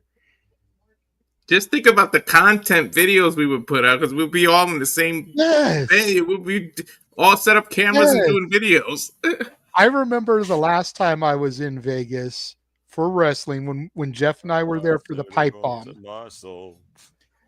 Jeff, me, Stat Boy, and our other friend Ray literally cruised the strip, filming content at all these different venues that had wrestling history. We filmed out in front of Caesar's Palace because of WrestleMania 9. We filmed in front of the MGM Grand Arena doors because of all the Halloween Havocs that were there. We filmed at all these different locations that had wrestling history in Vegas. And we compiled it into one video. We could do something similar, not going to completely bite it, but with all of us in Vegas together, and again, all the independent wrestling, the GCW shows, the FSW shows, you got to figure that Defy and all those other things that were out there this past time as part of the collective will be out there again. And probably then some and more. I get what you're saying. And Sandy, the Like, jury is out, and we'll talk more about that during the Saturday shenanigans. And always thank you for your support and your questions. As, of course, we get ready for Saturday's main event to, of course, come back here shortly. As it looks like they're talking about what's ahead here in July with NXT. Get ready, JJ. There's NXT Great American Bash, another Saturday night's main event. And they make just it official. There it is. Evolution, July 13th. There it is. We got the dates. I'm going to get the dates right now. Take a screenshot. It's not in Connecticut, though. It's in Atlanta. Damn you. Well, either way, you got your wish, folks. Another WWE Evolution, all women's WWE PLE returns once again from Atlantic City. Dude, let's fucking go. I want to see every women's championship that is involved in the confines of WWE on that show. I want the Knockouts title, the Knockouts tag titles, the AAA Reina de Reinas championship. I want the Evolve Women's Championship, the NXT North American, Women's Intercontinental, Women's US, Women's World Heavyweight, WWE Women's. Every fucking belt needs to be on the goddamn line. Somebody might even cash a Money in the Bank that night. You're giving WWE so much high praise and potential that they're totally going to undermine you. But hey, I don't care. I Hell love yeah. the optimism. Money Bank is in June, right? So somebody might cash in the Money in the Bank that night. Yep. Well, in the meantime, the lights go out, and that can only mean one thing. Here's a man you can't see, but it is the last time here at Tampa Bay, Florida. Here comes the 17-time undisputed WWE champion, and his name is John Cena. Disrespecting, even wearing the title backwards. And Sandy says, add the Major League Baseball All-Star break as the All-Star game is in Atlanta that same week. All the events. So I'm sure Statboy will be doing a watch along of the All-Star game. There's a towel and shirt design number 13, I believe, since John Cena started this farewell tour. Of course, we are on the timeline to WWE being frozen, as we know it. As John Cena says, he will take this championship and everything it represents home, because this is the last real champion that we'll see. I might do the home run derby with Stat Boy if he does the home run derby. That's always fun on the All-Star weekend. Well, this is not going to be fun. John Cena, of course, as I said, this is the 6th time competing on Saturday's main event, and he has a 1-2 career record against R-Truth. Of course, the 17-time undisputed WWE champion who beat Cody Rhodes at WrestleMania 41. And, of course, when it came to the Vibrant Order, thanks to R-Truth's idiocracy and fandom. I know he's not about to make Lillian redo her introduction. Wait a minute. He went like this to cut the music off, and that's usually what he does to the guy. He is the GOAT. There's no arguing that. He beat the WWE record of Ric Flair. Watch your feet. The hell was that? Nothing. Don't worry about it. I knew it was going to do that when I launched it for a quick second. Fair That's enough. why I was like on the button for muting, but You're had to get a couple of seconds of it. I'm just screenshotting the image that they showed for the AAA match. Okay. That I've got that. Dude, Lillian looks... Wait a minute. What the fuck? R-Truth. Yes. I want that shirt. I want it too. I guess our troop is going old school tonight. Yo, he's breaking Cena. Cena's trying his damnedest not to laugh. Well, I don't think they told him, because look at his face. Yo, when they showed Cena's face for a second. Well, our troop is the biggest John Cena fan in the history of WWE, and this personifies it to a degree. Well, Cena, our truth needs the hat, because, man, you got to let the front of your dreads go, man. That sheesh. Look, just slide in the ring, get a freaking AA, and leave. That's all that John Cena needs to do. He has to do as little as possible tonight. You notice they're not showing Cena no more. I'm telling you, there he goes. Okay, Well, I'm telling you, he almost broke. We saw that moment almost of clarity, JJ, back at Backlash after John Cena did successfully retain the title against Randy Orton. But John Cena probably realizes again, this is the last time. That was the last time, of course, they was going to do anything WWE in ring in St. Louis, Missouri. That was the last time to go defend the championship in St. Louis, Missouri. And each day getting closer and closer, timeline going to its end. John Cena knows that the end's nearly here as he drops R-Truth and literally wears him down. He almost knocked his head off. He did knock his hat off. What are you talking about? His head. Hey, get your words right. I know you speak typo. Let's go ahead and try and speak also in misinterpretation. Dude, see, Wow. Jumped right back into character. I'm telling you, R-Truth can break anybody. I love R-Truth. Even though you block me on Twitter, still love you. The crowd dueling chants that have defined John Cena's entire career.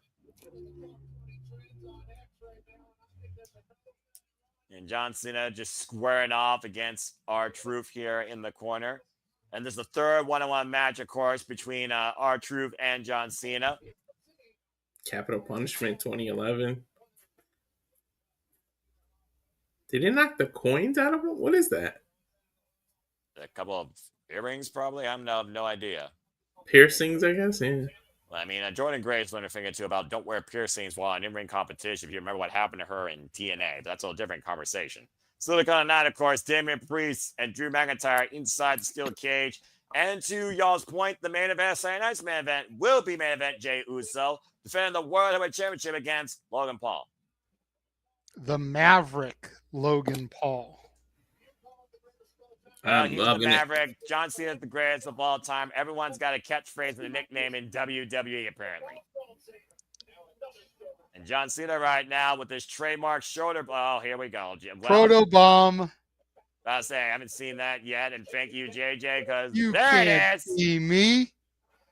5-knuckle shuffle connects. You know, I'm glad that he's actually ahead in this because that just tells me I know when the end's about to happen. Connects with R-Truth. Sets him up for the AA, or should I call it the FU R-Truth off the back? Shoulder tackle from R-Truth. I'm glad he's calling it. Not And me. another one. He's only like ducks the clothesline. Proto Bomb from Let him have R-Truth. his moment. Let him have his glory moment. Let him have his glory moment. It's all good. Now R-Truth is calling for it. R-Truth tells Cena, you can't see me. See, this is why I should be asleep. I didn't need to. 5-knuckle shuffle from R-Truth. Cena's phased. He's set up on the shoulders. FU connects from Truth. Hooks the leg. 1, 2. Cena kicks out. Thank Christ. He's only like 2 seconds ahead of you. I just saw the kick out. Again, this match But is wait. so relevant to me. R-Truth sets up for the STFU. Dude, have you noticed it started actually calling it that again? Yes, Yeah, but Cena I gets the have. rope. Almost makes me wonder if they'll start calling it the FU instead of the AA. I was thinking that too. I mean, again, he says that no one in this business has more ruthless aggression than him. I think that would actually make sense. But again, WWE trying to make sense, though. Different conversation. Well, something's working on Cena because his ball spot's coming in. I mean, stress will do that too, and also a midlife crisis. But again, what do I know? I don't know. Whatever product he uses is starting to work now. I suppose you're right. Cena grabs the title belt, coming into the ring here. Uh-oh. Referee Damn, what- sees it. What does that got to say about Cena if he has to cheat to beat R-Truth? Cena stalking R-Truth here with the title belt in hand. Referee not doing nothing about it. Cena stops. What the fuck, man? Pull the trigger. Cena stops. R-Truth Could is there just really staring be at him. some underlying respect here from Cena towards R-Truth? Well, Keep in mind, R-Truth grew up idolizing John Cena. Mm-hmm. Childhood dream to meet him. Cena hands the referee the title belt. I guess, you know. Handshake, dick kick city.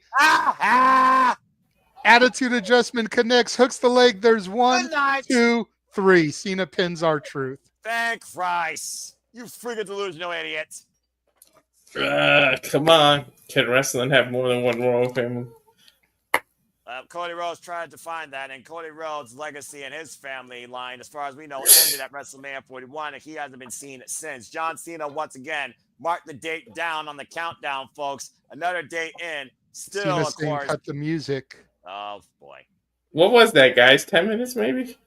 Yeah, 10 And minutes. now that the match is over, Cena clocks Oh. Truth with the title belt. There we go. And then climbs through the ropes to leave. Don't even And look back, Cena. Move on. Go to the next city. We'll see you at Money in the Bank. Go to the next city. Cena lives in Tampa, dude. That's like a 10-minute drive for him. Yeah, fair point. But man, he drove 10 minutes to an arena, had a 10-minute match, and probably just made like $500,000. And talk about an easy day at the office. Wait a minute. The next Saturday night's main event's in Atlanta? Yeah. Yes. That's where the rematch will be Cena Cody. Oh, yeah. You may be right, but in the meantime, the last real world champion has left the building. Damn, Well, JJ, I'm glad you had your glory moment. I might as well have just been literally in gorilla position, just watching you for the monitor. I love your youthful excitement. It's like a kid being so excited to call the childhood hero and the biggest fan, have an incredible one-of-a-kind moment. I'm glad you had that moment, but I'm glad that John Cena buried it. Anyway, look, I knew that Cena was going to win. I think we all knew deep down Cena was going to win, but there was that little glimmer because it was non-title. What if? And R-Truth going on the 5 moves of doom, that was the perfect false finish setup because he hit every single move in succession, Cena's signature. And if there was ever an opportunity to pull that trigger, that was it after R-Truth connected with the AA. Look, a condom doesn't even protect you 100% from an STD. You got 0.01% of R-Truth actually beating John Cena on this tour, so I'll give you that. But there's still that 0.01%. Yeah, I suppose. Any given Sunday, as they say in football, it only takes 3 seconds. Well, it's not going to take just 3 And seconds. we got to 2. match. Longest Shout out to Arlene with her super chat, $5, says, get Noah to Vegas and he can get revenge on me by making me sing karaoke. And I'll film it. Let's go, people. I'm at an oxymoron if you actually are getting something you like. Okay, good grief. 132 subscribers as of earlier today. So let's go, only people. Need 68. The rage that is ensuing in Sami right now is nothing compared to the rage that's about to be unleashed in this steel cage. Damien Priest, Drew McIntyre next in Saturday night's main event. Will this rivalry end that is as old as WrestleMania last year itself, as Drew McIntyre has blamed Damien Priest, particularly this year, for all of his shortcomings, despite being the man in the Sin City Street Fight? These two go to hell once again. Damien Priest, Drew McIntyre, steel cage match next on Saturday night's main event. This ain't gonna be a match. This is just a fight. Yeah, accurate. And again, fuck television. All right. I noticed something while going back and running through that commercial a couple times for Atlanta. What is it? Not only do we get Saturday night's main event, Saturday. not only do we get Evolution, but they also advertised. Yeah. I had missed that the first time through. Yeah. Because they were focused more on Saturday night's main event at Evolution, having given the dates for those at the end. But they also announced Great American Bash Atlanta. And look who's on the graphic. Well, to be fair, that's Roadblock Jordan Grace, and the jury is out. Jordan Grace will be going into Atlanta to bash somebody as new NXT Women's Champion. Of course, you all will be calling that. You indeed tomorrow night. And to bring you people up to speed once again, tomorrow night we are calling AEW Nothing and Battleground. History to be made at Battleground. The TNA World Champion to be online, the main event, as Trick Williams of NXT looks to dethrone the most motivational man in professional wrestling, 250 pounds of pure motivation, with a victory from Under Siege last night. And that man's name is Joe Hendry. Stay tuned for that and so much more. We got another commercial break here, which just again raises my ire and reminds me why I hate television so fucking much. But anyway. Say his name and he appears. I believe in Joe Hendry. Say his name and who pushed the button? He appears. Don't look this way. I'm not producing. Yeah. I promise you. Look, my hands are up here. I just forgot to take it off loop. I didn't know how long of the song you had in there. Well, not copyright, so clearly I'm not going to do the whole thing. All right, you're crazy. And Sandy, heaven forbid Jey Uso, the champion, gets the main event. Right? I say You he's know, the instead main of throwing shade at Logan Paul, how he's got to be the one to close the events, heaven forbid the champion actually get to be in the main event. The guy who has main event in his nickname gets to main event. I feel like Jey Uso has set himself up for disaster because if you're not the champion anymore, how can you still be the main event? Because now that he's the champion, he's on borrowed time. And again, he has Gunther waiting for him after he beats the YouTuber tonight at Money in the Bank once again. I'm just I'll saying. tell you what. If they hold their cards right, they really have the chance to make someone a big star. Because look how over Jay is. Whoever beats him, if they do it right, You give the man a one-word catchphrase, and you make a man a merch seller, and you're a recognized name of the Nally family. You'd be surprised you can be. But yeah, Jey Uso's definitely earned his spot, earned his moment, and earned his run. And we'll see how far it goes as he goes into his second defense tonight after thankfully surviving against the Vision, Seth freaking Rollins, thanks to CM Punk. Thanks CM Punk for that. Jury's out whether those Seth freaking Rollins would be the World Heavyweight Champion right now. mm-hmm. And also, as far as I know, he has not yet been in a Money in the Bank qualifier, so he also could very well be involved in that. And we all know how well that worked out for him, doing before Damien Priest did it last year at WrestleMania, the cash-in of the century. Anyway, we still got a long commercial break, folks, so we are just literally biding our time and trying not to rant. I feel like John Oliver tonight, where I'm just going to freaking just chastise the world, but I'm trying my best not to, so it's all good. Atlanta's about to make a hell of a lot of money that weekend. They always make money. It's a freaking casino hub. No, I'm just saying. Look at Sandy. Just look at everything that's happening. Whew. Well, Atlanta, Chicago, Las Vegas, LA, freaking Tampa Bay, Florida, New York, New Jersey area. They're all hotbeds for all the biggest events across sports and entertainment.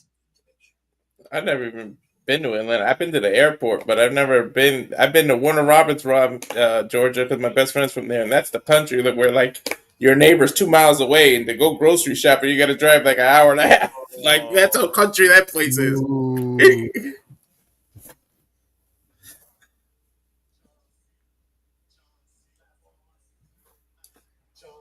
Saudi Arabia. Well, thankfully, Crown Jewel's not in Saudi Arabia, but still, you bring up a very good point.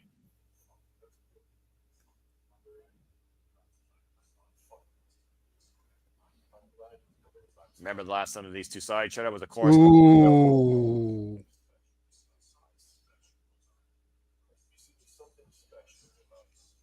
talking about the family.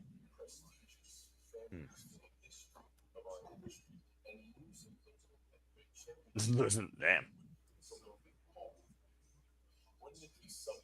When his class strikes 0, it takes that. Of the YouTuber. Damn. Ruin wrestling. He's not wrong. Jey Uso, rise to the pressure, man. Dude, John Cena's fucking with Jay so hard. I'm loving it. Yeah. I mean, talk about literally being in the pressure cooker. Jey Uso, you got to make sure this doesn't become a viral disease. Guys, you know what makes it worse? Tell me where he lied. It was no lie. And speaking of legends, we got Lulani Kai, WWE legend here, taking in the events, a Saturday night's main event. As, of course, we turn back the clock and look at the time capsule of all those all-time greats. And, of course, there is Tatanka himself, WWE legend, not Carl Fredericks, not Eddie Thorpe, the man himself, the original. And he said it was on no DQ and everything that the WWE has an eye on his son. So his legend might continue.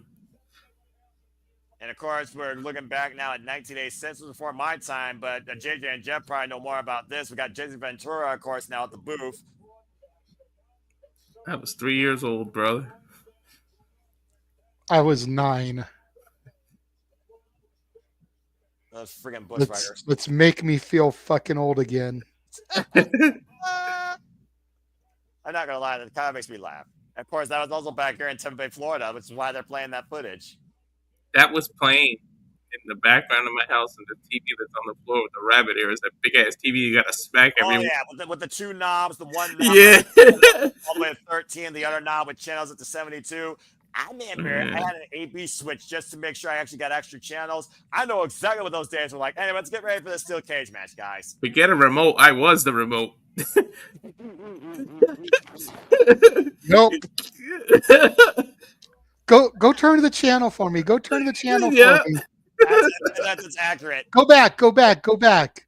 No. Go forward again. Go forward again. This is by far one of the greatest marvels ever in history.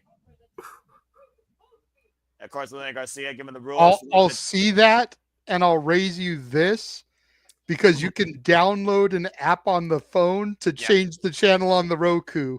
Yep. I have the app you're- for my TV too. You're talking to a house that owns Roku televisions and Amazon TVs. This is an Amazon TV. That's why I held the remote. And this is Drew McIntyre versus Damien Priest as an angry Scotsman is looking to send Damien Priest south of heaven. 3-0 career record in steel cage matches, 2-2 career record versus Damien Priest. And this is his first steel cage match in Saturday night's main event, folks, since 1987.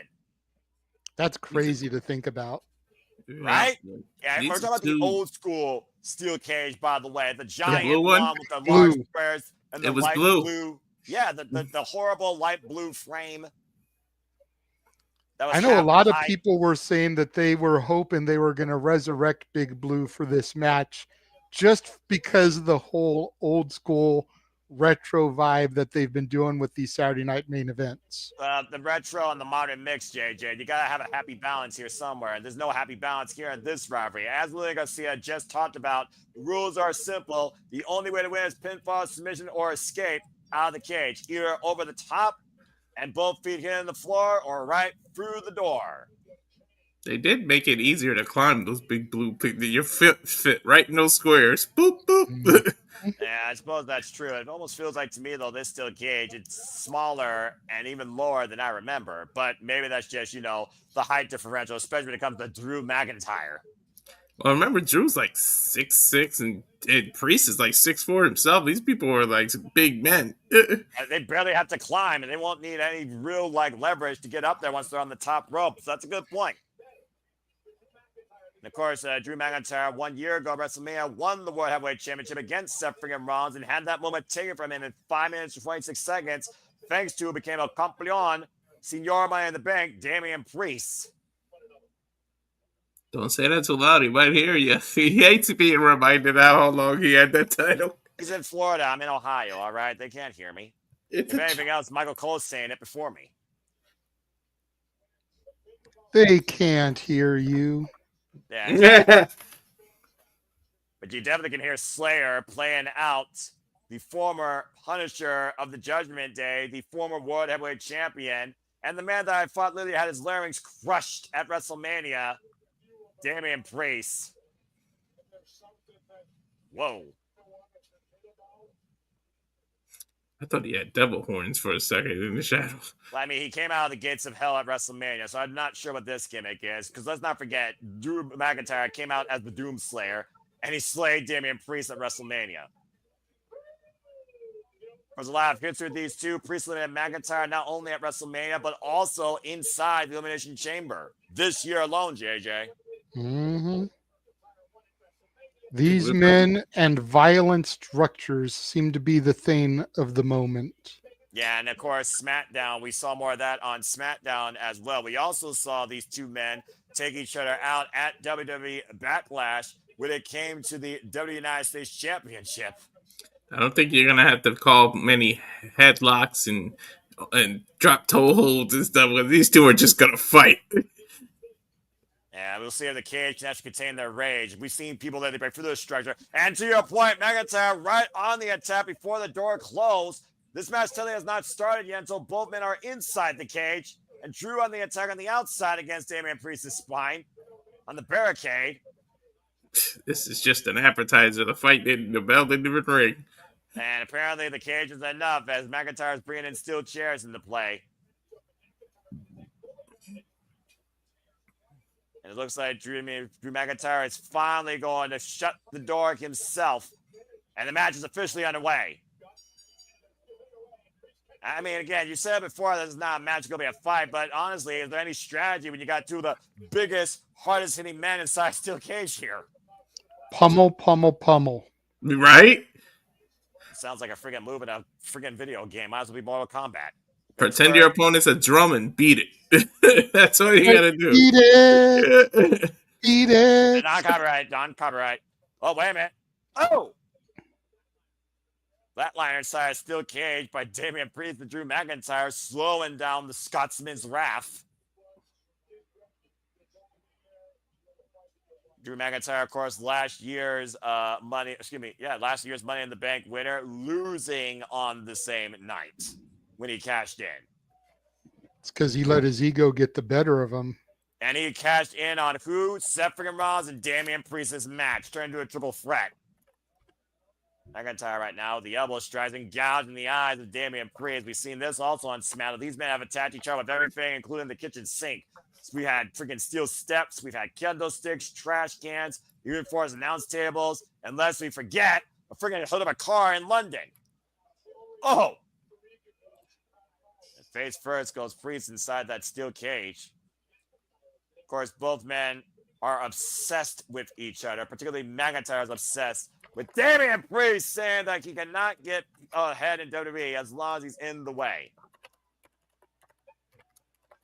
Drew McIntyre and Damien Priest releasing the rage inside a steel cage, and this match continues on Saturday's main event with an hour commercial break. Fuck television. Oh my god! Why does it look like he was starting to set up for the Claymore? Yeah. If there's any match that didn't need commercials, it's this one. Well, Lord knows WWE doesn't have any money problems, so why they didn't do this for the fans, who the fuck knows? Anyway, of course, Damien Priest and Drew McIntyre are both former Heavyweight champions, both former Money in the Bank winners. Of course, Drew McIntyre is a former Royal Rumble winner. So again, there's very similar accolades with both of these men, heavily accomplished in WWE. As once again, folks, we're on a commercial break, and I apologize on behalf of everybody that, again, is dealing with TV. It is what it is. JJ, is WWE really that petty? Yep. Yeah, that's accurate. I mean, the pettiness goes to the business as far back as the previous. Look. Are they that petty, Walter? They're doing Saturday night's main event and Evolution on All In Weekend. Are they that petty? Yeah. The jury is out, Your Honor. Also, at the end of the day, when you're dealing with tourism, contracts, and booking committees for the venues, there's a lot more in play than just Madman Tony Khan and Triple H and Nick Khan and Jeff Jarrett and whoever else books for both WWE and AEW. I'm just saying. So I'm going to give both devils their due because at the end of the day, it's all business. This I'm still going to watch what Crazy I Thunder. So I mean, I think the universe answered my question. It's just Crazy Thunder just came out of nowhere. Unless you feel the wrath of Mother Nature, who could wipe out both of those cities as we know it. Would you rather feel the wrath of Mother Nature or the wrath of Harley Cameron? Well, you can answer that question tomorrow night on the buy-in when Harley Cameron and Anna Jay take all that wrath and attitude to Penelope Ford and Megan Bayne in women's tag team action on buy-in on Double or Nothing that everyone can watch for free on all AEW social media platforms ahead of the Double or Nothing pay-per-view that we'll be covering. And again, that will be me and, oh Lord, James and our Canadian friend, Ash. Those two together with me on commentary, I'm not sure I'm going to be able to deal with that level of insanity. Good luck. What'd you say? Good luck. Oh, man, thanks. I'm going to need it. May the force be with you. I think Ash is more mild, though, than James, but the jury's still out. I've only seen her do commentary once, and so far with JJ, even when you left her high and dry at one point, and she was like, what do I do now? She seemed to handle herself pretty well. So, I mean, oh, Lord. And it is right now finally dark outside for me. So, finally, the sun went down. Took it long enough. Good grief. Well, I'm not sure what else we can do here besides talk about Rage and the Steel Cage. I mean, we think about Steel Cage matches this year that have settled rivalries. I mean, it's something going to be settled here, though. I mean, Kyle Fletcher and Will Ospreay settled their dispute in AEW. We had a steel cage match, I believe, in NXT also earlier this year. We also had a 10-minute steel cage in TNA where we saw the Nemets obliterate Matt Hardy, and of course led to the TNA Tag Team Championships. We are back here at Saturday Night's Main Event. Drew McIntyre trying to climb over the top. Damien Priest following him, and again, not much need of a climb there. Love the drone cam. Yeah, I'm about to say the drones are a nice touch. I will give WWE that. And right now, and now Damien Priest is going to hook up Drew McIntyre possibly for. Is he trying to do the Razor's Edge off the freaking cage? Oh, that's exactly what he was going for. And shout out to the bad guy, Reza Ramon, El Jefe. And McIntyre saving his own high, now springing up that top rope. Priest able to get out of the way though. And big kick by Damien Priest takes McIntyre down. Now looking to hook McIntyre up and send him south of heaven. Wow. And kick out at 2. Almost. Not too many people kick out of that move, gentlemen. Yeah, he literally won the World Heavyweight Championship against Drew McIntyre with that move. Think about how much that took out of that big man, though. To your point, tell the tape, both men similar body build, similar height, similar weight. And right now, Priest looking to make his escape over the top of the steel cage. I never understood why they chose the top of the cage when the door is right there. That's a lot easier to go through a door. Yeah, the jury is out whether or not you're really thinking clearly when you're inside a steel cage and you're blinded by rage. But again, that's a whole different story. McIntyre was losing his footing there, trying to drag Damien Priest back in, got the head hooked, and I sense disaster. Me too. And there's no what a trauma! Oh, good lord! There's no room between there's no apron and cage cover. There's barely any space for them to work with either. And Drew with the kip up. That crazy Scotsman got a kip up, almost losing his footing on the way down. You were counting down to this earlier, JJ. Why don't you do it again? Claymore connects. Boom! Hooks the leg. 2. Kick out. Oh, a kick out. 2. I just got the kick out. Jeez. Well, again, we're all different commercial breaks. I mean, at this point, it's an echo effect. But yeah, that again, how many times did McIntyre had to do that to Seth Rollins to win the World Heavyweight Championship? First Claymore of the match so far, and first top of heaven so far. Neither man's been able to put the other down. Note to self: apply for cameraman position. Right now, capacity crowd here in Tampa, Florida, including Papa Gino and Matthew of No DQ. So you gotta know DQ, folks. And I don't know if Aaron Riff actually reviews Saturday Night's Main Events, actually. That's the thing. I don't know. I believe he does because they're special events. It's like doing a PLE. Okay, respect. So please stay tuned for Bossman Aaron Riff of No DQ.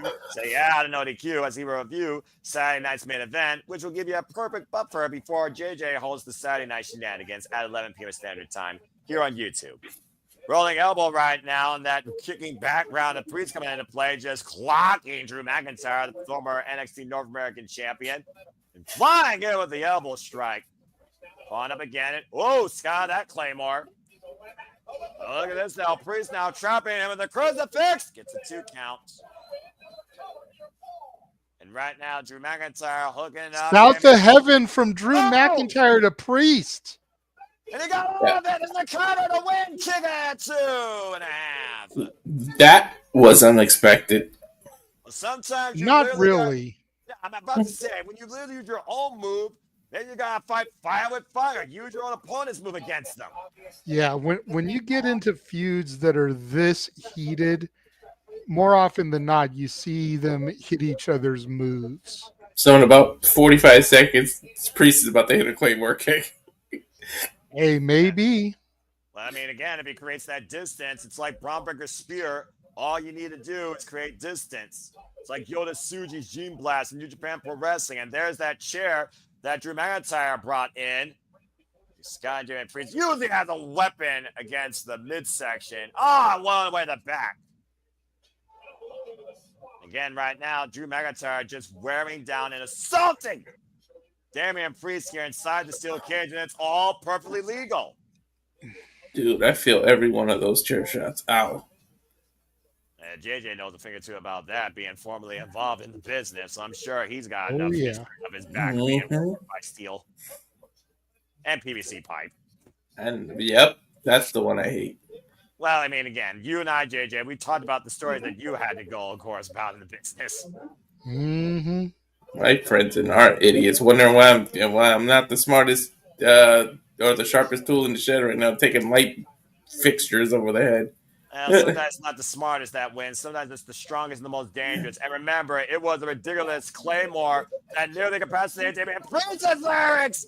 Oh, man. And Priest gets out of the way of certain destruction as McIntyre drives that leg into that steel chair in the corner. And now Priest with the weapon in hand.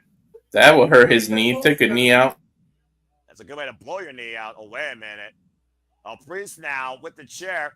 Oh, no! Driven into the throat of McIntyre. Priest looking for another South of Heaven. Connects.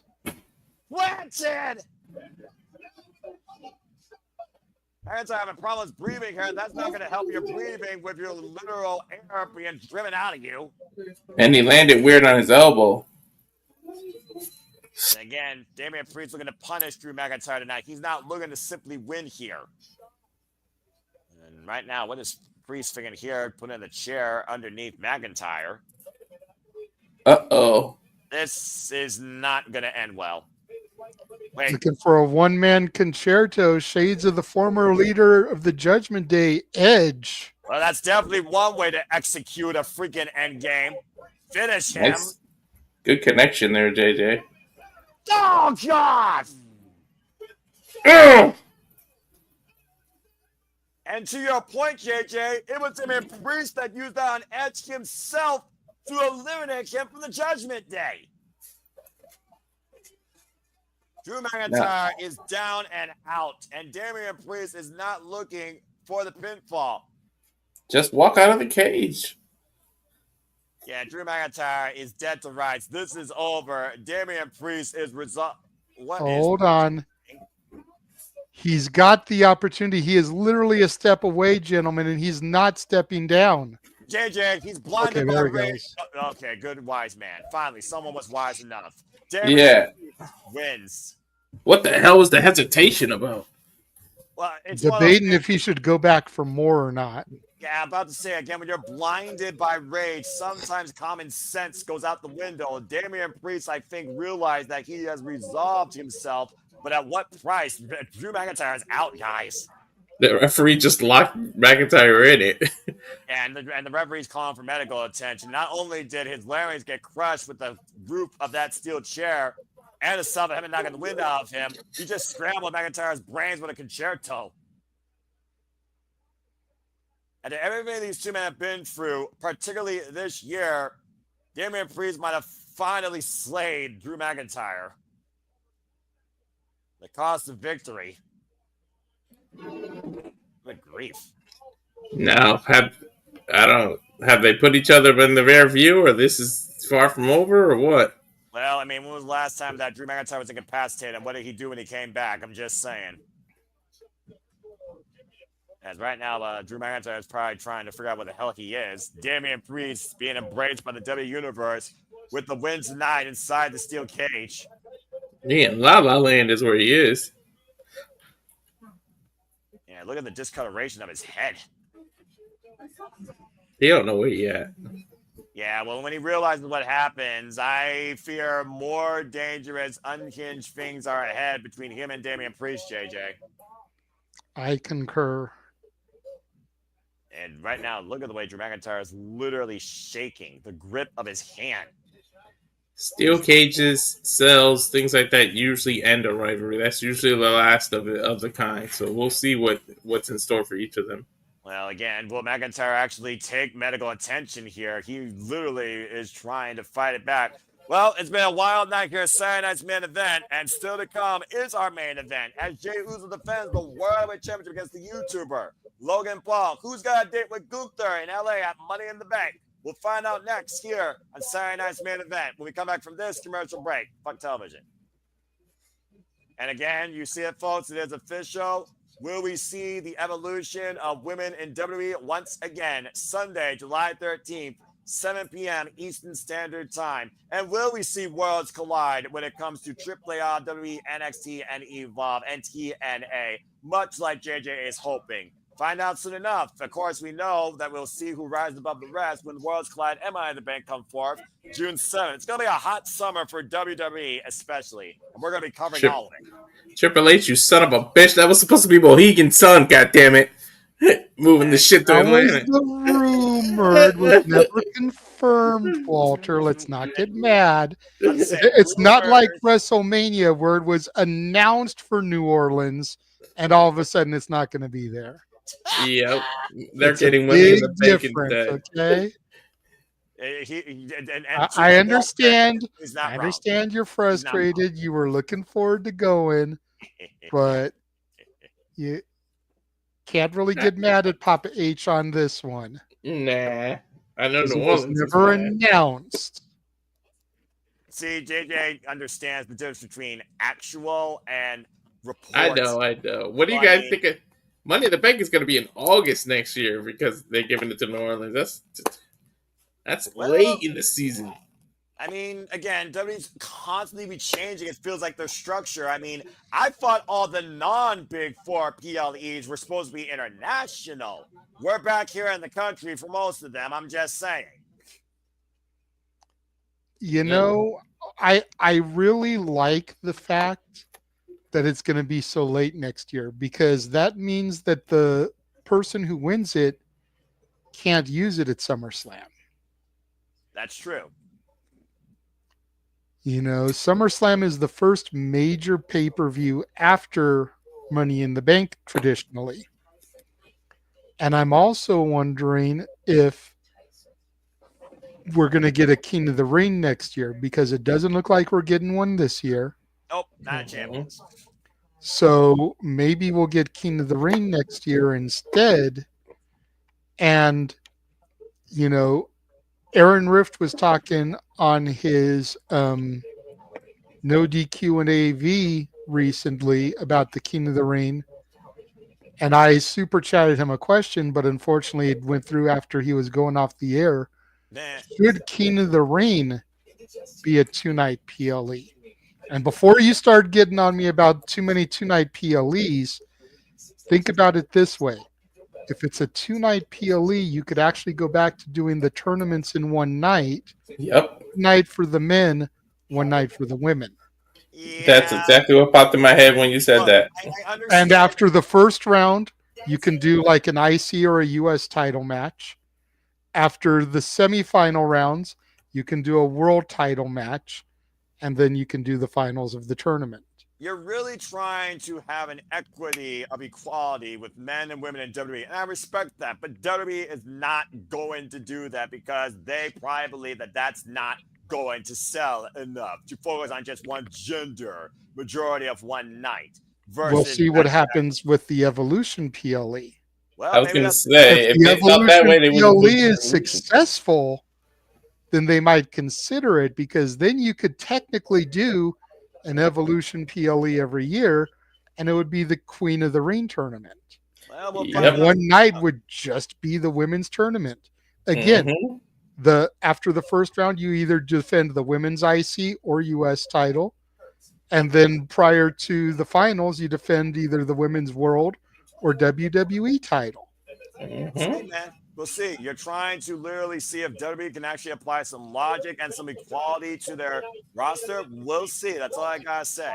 Of course, we've seen over the years Saturday night's main event as we go ahead and turn and recognize those men right there. And by the way, yes, it's Wyndham Rotunda. Yep. What I also like about them holding it in August is that you probably got a more guarantee that the person's gonna either cash in at WrestleMania or maybe the Royal Rumble. I mean, we've seen 2 years in a row now, pretty much that sort of like venture taken. So we'll find out soon enough as we go back once again, Joe Tessitore and Jason Ventura to hype up, I believe, our main event. Yes. And also recap the events of the night. Of course, we saw the return of Bronson Reed, now joining the vision of Seth Rollins, Paul Heyman, and Bron Breakker, destroying CM Punk as they beat CM Punk and Sami Zayn. We saw Chelsea Green lose Lena Vega. Damn it. We also saw R-Truth go after his idol as John Cena beat his lifelong fan. And maybe added more pressure to main event Jey Uso tonight to not lose to a YouTuber for wrestling to be ruined as we know it prematurely before December. Speaking of which, let's go ahead and talk about the man himself in our Cite, main event Jey Uso. Or should I say the World Heavy Yeet Champion. The Yeet movement has taken over the world. Yeet Mania. Yeet Mania is running wild. They caught lightning in a bottle for real. Yeah, no kidding. We, of course, saw Jey Uso culminate that moment, submitting the Ring General at WrestleMania, winning the World Heavyweight title. Now, he truly is the main event, but unfortunately, there's a viral disease looking to stop that and make WWE impulsive. I wish you would stop your Logan Paul hate. Logan is so fucking good at his job. Yeah, there's no denying that, but it still doesn't change the fact what he actually is. Freaking Fiend says he's humble, anything but. Anyway, video package right now hyping up our main event, of course. See, but if you watch his impulsive podcasts, he is quite humble. What he portrays in the public eye, his persona, is one thing. What you see behind closed doors is completely different. And we'll see if one lucky shot is all he needs to finally win his first world championship in WWE. Or does it take one super kick to put down a YouTuber? We heard what he said against Goofer, as Goofer said he went down and appears in the show. You hear yourself? One super kick. This 2025, Noah. I can only hope. Look, I can only hope. I'm being optimistic on Jey Uso's potential as a champion, how effective his finisher is. Man, meanwhile, go ahead and yeet, because here comes the main event himself. Time for Saturday night's main event. I wouldn't be surprised if there's one super kick every 10 seconds. That's what the super kick has become. So the Fun Television counts up to 7 right now. Why don't you just go ahead and start the freaking super kick counter, Walter, since you believe in that so much?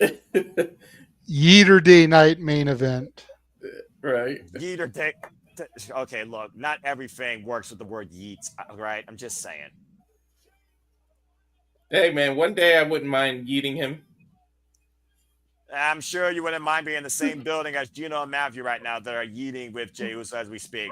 Main event, Jey Uso, of course, been champion now for 35 days, going to his second defense, and this is his first ever one-on-one match with Logan Paul. Logan Paul, Jey Uso, and John Cena were part of the final 3 at this year's Royal Rumble.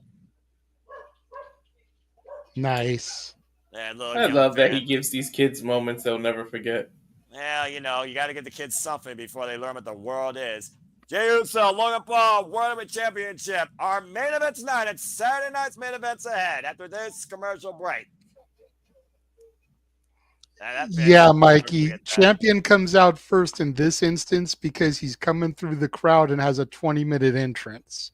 Fuck television. It's more about who's announced second nowadays. Sometimes the champ comes out first, but it's always announced second. It's also all about which entrance the audience is going to embrace the most. So while you order DoorDash during Roman Reigns, you yeet till your arms fall off with Jey Uso. All right, it's as simple as that.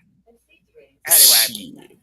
Roman takes so long getting to the ring, you might need to send the car, take an Uber to the ring for him. Well, that's only at WrestleMania with the longest ramps. I'm just saying. Then again, I think the Royal Rumble ramp was longer than this year's WrestleMania ramp, but the jury's out. I don't know the whole construction idea behind it. But hey, at least they actually put personality into a set. What a freaking wild idea. Not only they were able to spend more money and do that more often, maybe it wouldn't feel like the same cosplay, Ctrl-C, Ctrl-V environment every week. Anyway, we're getting ready for our main event here. Logan Paul, former WWE United States champion, previously been in the ring with the likes of Cody Rhodes, Roman Reigns, Rey Mysterio, a who's who of the business, now competing for the World Heavyweight Championship for the first time ever against main event Jey Uso. So this should be interesting. We got about 14 minutes plus. Well, less than that because, again, commercial. Fuck television. Just checking the chat real quick because, again, we acknowledge all of you because you make this possible. And thank you again for tuning in. Please like, subscribe, comment, tell a friend. If you haven't already, subscribe to Barrett for Wrestling, subscribe to Rage Wrestling, and stay tuned for the Saturday Negatives, hosted by Renegade of Wrestling, JJ Williams at Casa D18 Studios. Yes, yes. And we've got a lot to talk about this week. Do we really? All right. Well, Yeah. we'll see. We'll see here soon enough. And to Sandy, to Nicholas, to Michael, to Seth that have been in and out primarily all through the night across the chat, and Arlene Dominguez.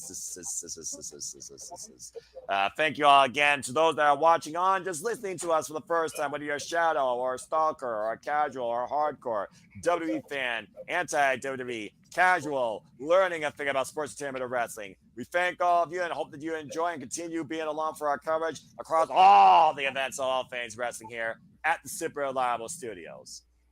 No, Nick, there's been no mention of Cross or any Cross segments, unfortunately. Again, they don't know why. It just is what it is, apparently. Give a man a bone, dadgummit. Oy vey, what the hell does he need to do? Anyway, again, commercials. And yeah, I think. Oh, go yeah, yeah. I'm gonna let Walter and JJ be in the producer role here. For once, I was about to bring. I think you tapped it to bring it up, and I was going to bring it up at the same time because I saw the trigger word something. You get at least one something on me each night at any given moment. I'll give you that much. All right. So good job, JJ. And Charles, you're also not wrong. Oh boy. And again, Nicholas, you never know who's going to be on shenanigans outside the host himself, Lord willing. Will it be me? Yeah. Will it be JJ? Will it be James? Will it be Ash? Will it be DJ? Will it be Big G? Will it be Mikey? Will it be Arlene? Will it be Emmanuel? Will it be Dilla? Will it be somebody you expect? I know for a fact Big G isn't because he's camping. I know for a fact it'll be the three of us and James. Outside of that, I don't know. I did ask Statboy if he wanted to be on. He hasn't responded yes or no yet. He's asking me 20 questions about what we're going to be talking about. Like I'm not doing a watch along here trying to do this. And I've just got free time to respond to him and tell him every topic we're going to be discussing. Like I'm not live on the air. I love you, bro, but you're my brother, so I'm going to give you shit. Well, so either you want to be on it or you don't want to be on it. Just let me know either way. Because you see me live on the air right now doing a watch along. Maybe he doesn't see you. Maybe he picture John Cena. But I do see the Maverick Logan Paul making his way to the ring with a prime bottle, of course.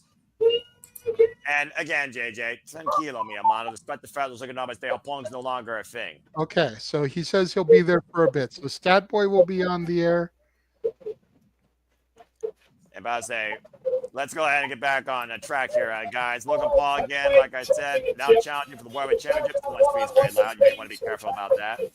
There's somebody I can hear. We need to. Walter. It's not me, but I'm literally at a 1. Sure about that? Mm-hmm. What are you hearing? I'm hearing background. I also heard your mic very loud, so I don't know if your microphone is just messing with you and your speaker saying it's messing with you because. At the end of the day, you only hear my feed. Anyway, World Heavyweight Championship on the line. Yeah, because I just muted Walter and I don't hear it anymore. World Heavyweight Championship on the line. Of course, main event Jey Uso is the 4th World Heavyweight Championship in this new World Heavyweight legacy, following Seth freaking Rollins, Drew McIntyre, Damien Priest, and Gunther. 5th World Heavyweight Championship in this legacy. Again, you saw Logan Paul squaring up for that one lucky punch that has knocked out the Viper, Randy Orton included. Shoulder tackle in the early goings here by Jey Uso drops Logan Paul. Yeah, and how much more is Jey Uso fired up to prove a point tonight after what John Cena said to him backstage? Oh, yeah, you got to figure that Jey Uso really wants to stick it to the last real champion, as he calls himself. Quote unquote. An Irish whip, front in the corner. Jey Uso set up and over. Logan Paul would escape, though. Back elbow strike, catching Jey Uso here.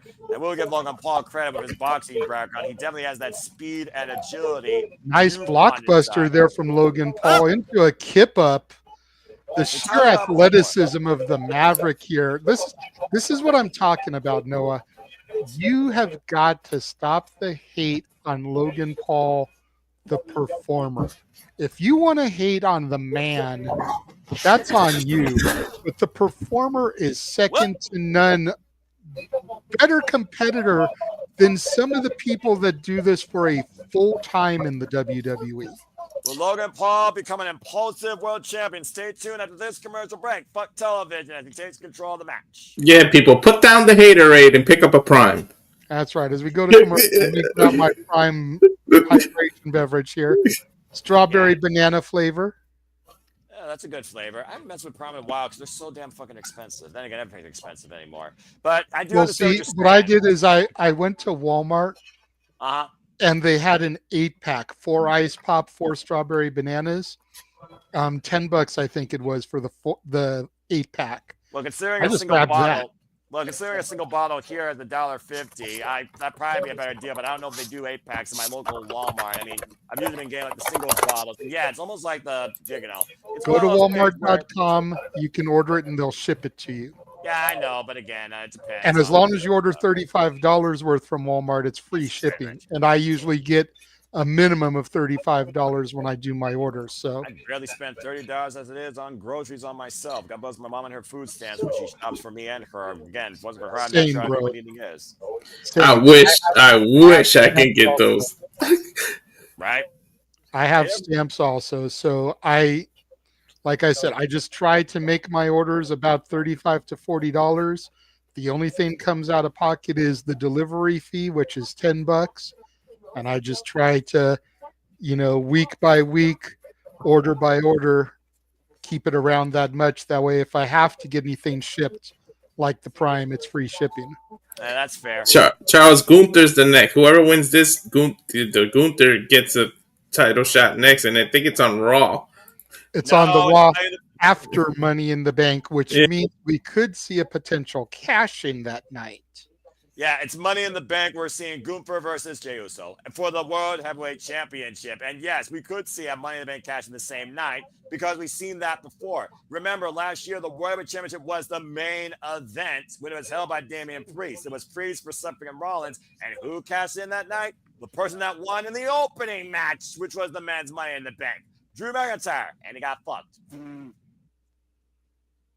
And of course, right now, to your point today, while we know only half the field for the women, we also know about the same for the men, I believe. So it's anybody. We know 2 men.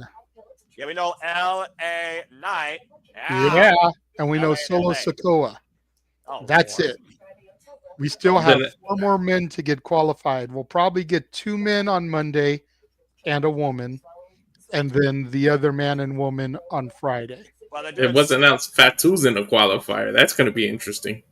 Yeah, and of course, the WWE United States Champions, we got back for Saturday night's main event. Jey Uso defend the World Heavyweight Championship against the Maverick Logan Paul.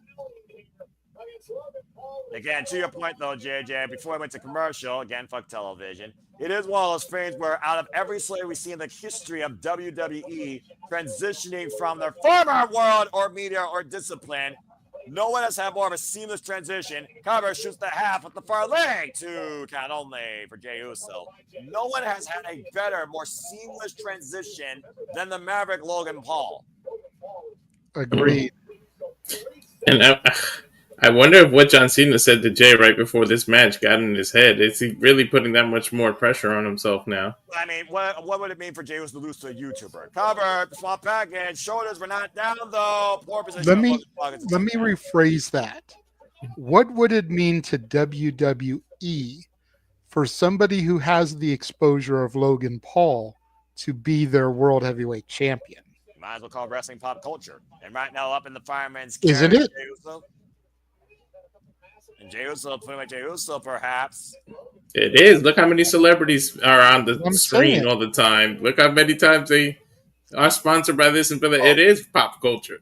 Thank you. I mean, it's been pop culture since the 90s. Mm-hmm. Yeah, but it's been overran by this generation of pop culture, which is absolutely ridiculous. Especially when most of it is just a cameo for a Netflix show. And pop up, Samoa drop by Jey Uso. Covered now by Jay to retain and kick out at 2.5 by Logan Paul. That was close, though. Damn sure was. We talked about before the strength of a champion is more than just a single move, especially for somebody transitioning into top main event single star from formerly just nothing more but a tag team specialist. Logan Paul back to his feet. We saw how deep Jey Uso had to dig to be Gunther at WrestleMania. had to put a submission move. Oh, Logan Paul trying to hang on. Logan Paul just ripped the turnbuckle pad off. Ooh. Again, Bad intentions. Stand by, say, watch that. Up and over. Logan Paul goes to the announce table. And Paul might not want to be there. That's Jey Uso. Might be looking to fly. Oh, no! The right hand caught Jey Uso the side of the head, I think. Not necessarily the one lucky punch, but still, Jey Uso might be out on his feet. And Logan Paul squaring up Jey Uso over the top. Red on super kick. Is that enough in return? Kick out two. How the hell does Logan make his look better than Adam? I'm sorry, Eggman. Youth and agility, probably. Caliber challenger here for main event Jey Uso to overcome, and still very young in his run as the WWE World Heavyweight Champion. By the way, Walter, one super kick so far. Yeah, I see. Why did you keep in count to your point earlier, talking about a super kick? What super kick? Oh, Uso just thrown into the turnbuckle. Shoulder first, not head first, though, JJ. Shoulder first, but he's rocked. One lucky shot! One lucky shot! Come on, you fucking kidding me! Oh my God, Logan Paul almost won the title. You almost lost. You almost had a freaking heart attack live at the air.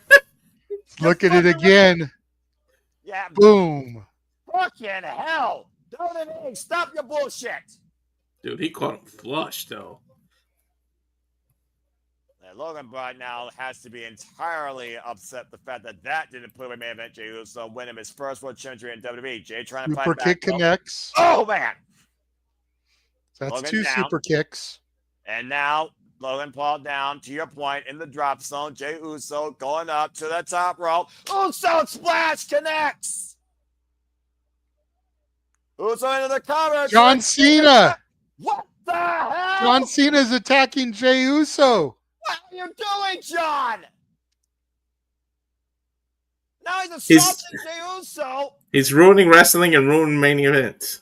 Aren't you ruining enough as it is, considering you're holding the WWE Championship and Legacy hostage? What does Jey Uso have to do with this? He hasn't even had to face you yet. I don't know, but this might bring you-know-who back.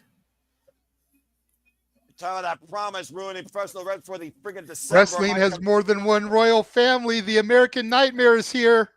Just said it. I knew Cody it. hasn't been seen since Mania when Cena defeated him for the title. Thanks to that fucking whack-ass rapper, Travis Scott. Oh, pop-up uppercuts. I knew it. That was the whole reason he came back Crossroads out. connects. Crossroads. But wait, Logan Paul, he's back in the ring. He's got those brass knuckles. Watch out, Cody. Here. Oh, boy. Spear connects. Get the referee back in play. I was going to say, there's no referee, right? Cody said, until we yeet again, looks like we're yeeting tonight. Jey Uso off the top rope. Uso One, smash. 2, 3. Jey Uso retains. Christ almighty. There you go. Someone had The to stop American this. Nightmare has a microphone. Oh, okay. Somebody better have their button on the... Somebody in production better have their button getting ready to go beep. Thankfully, the efforts of Logan Paul and John Cena have been thwarted tonight, ruining professional wrestling prematurely.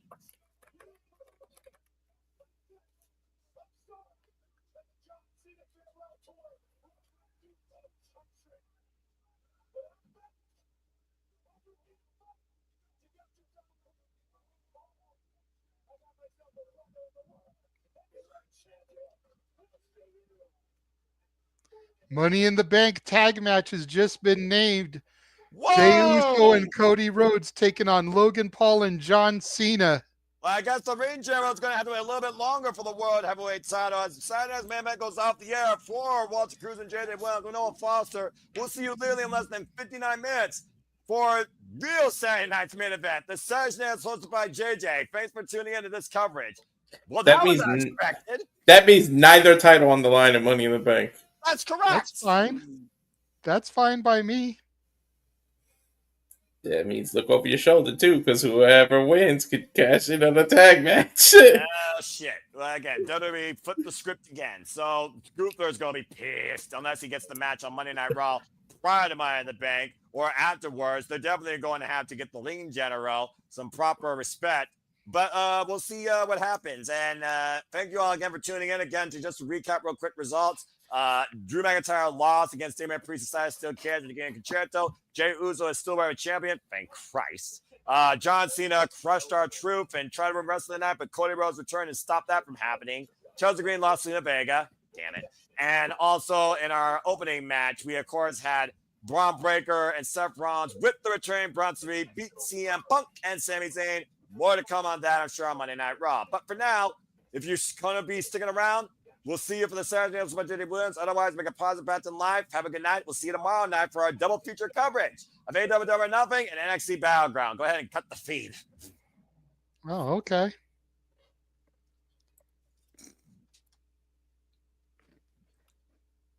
Sheesh. Oh, good Lord. That Lancey is a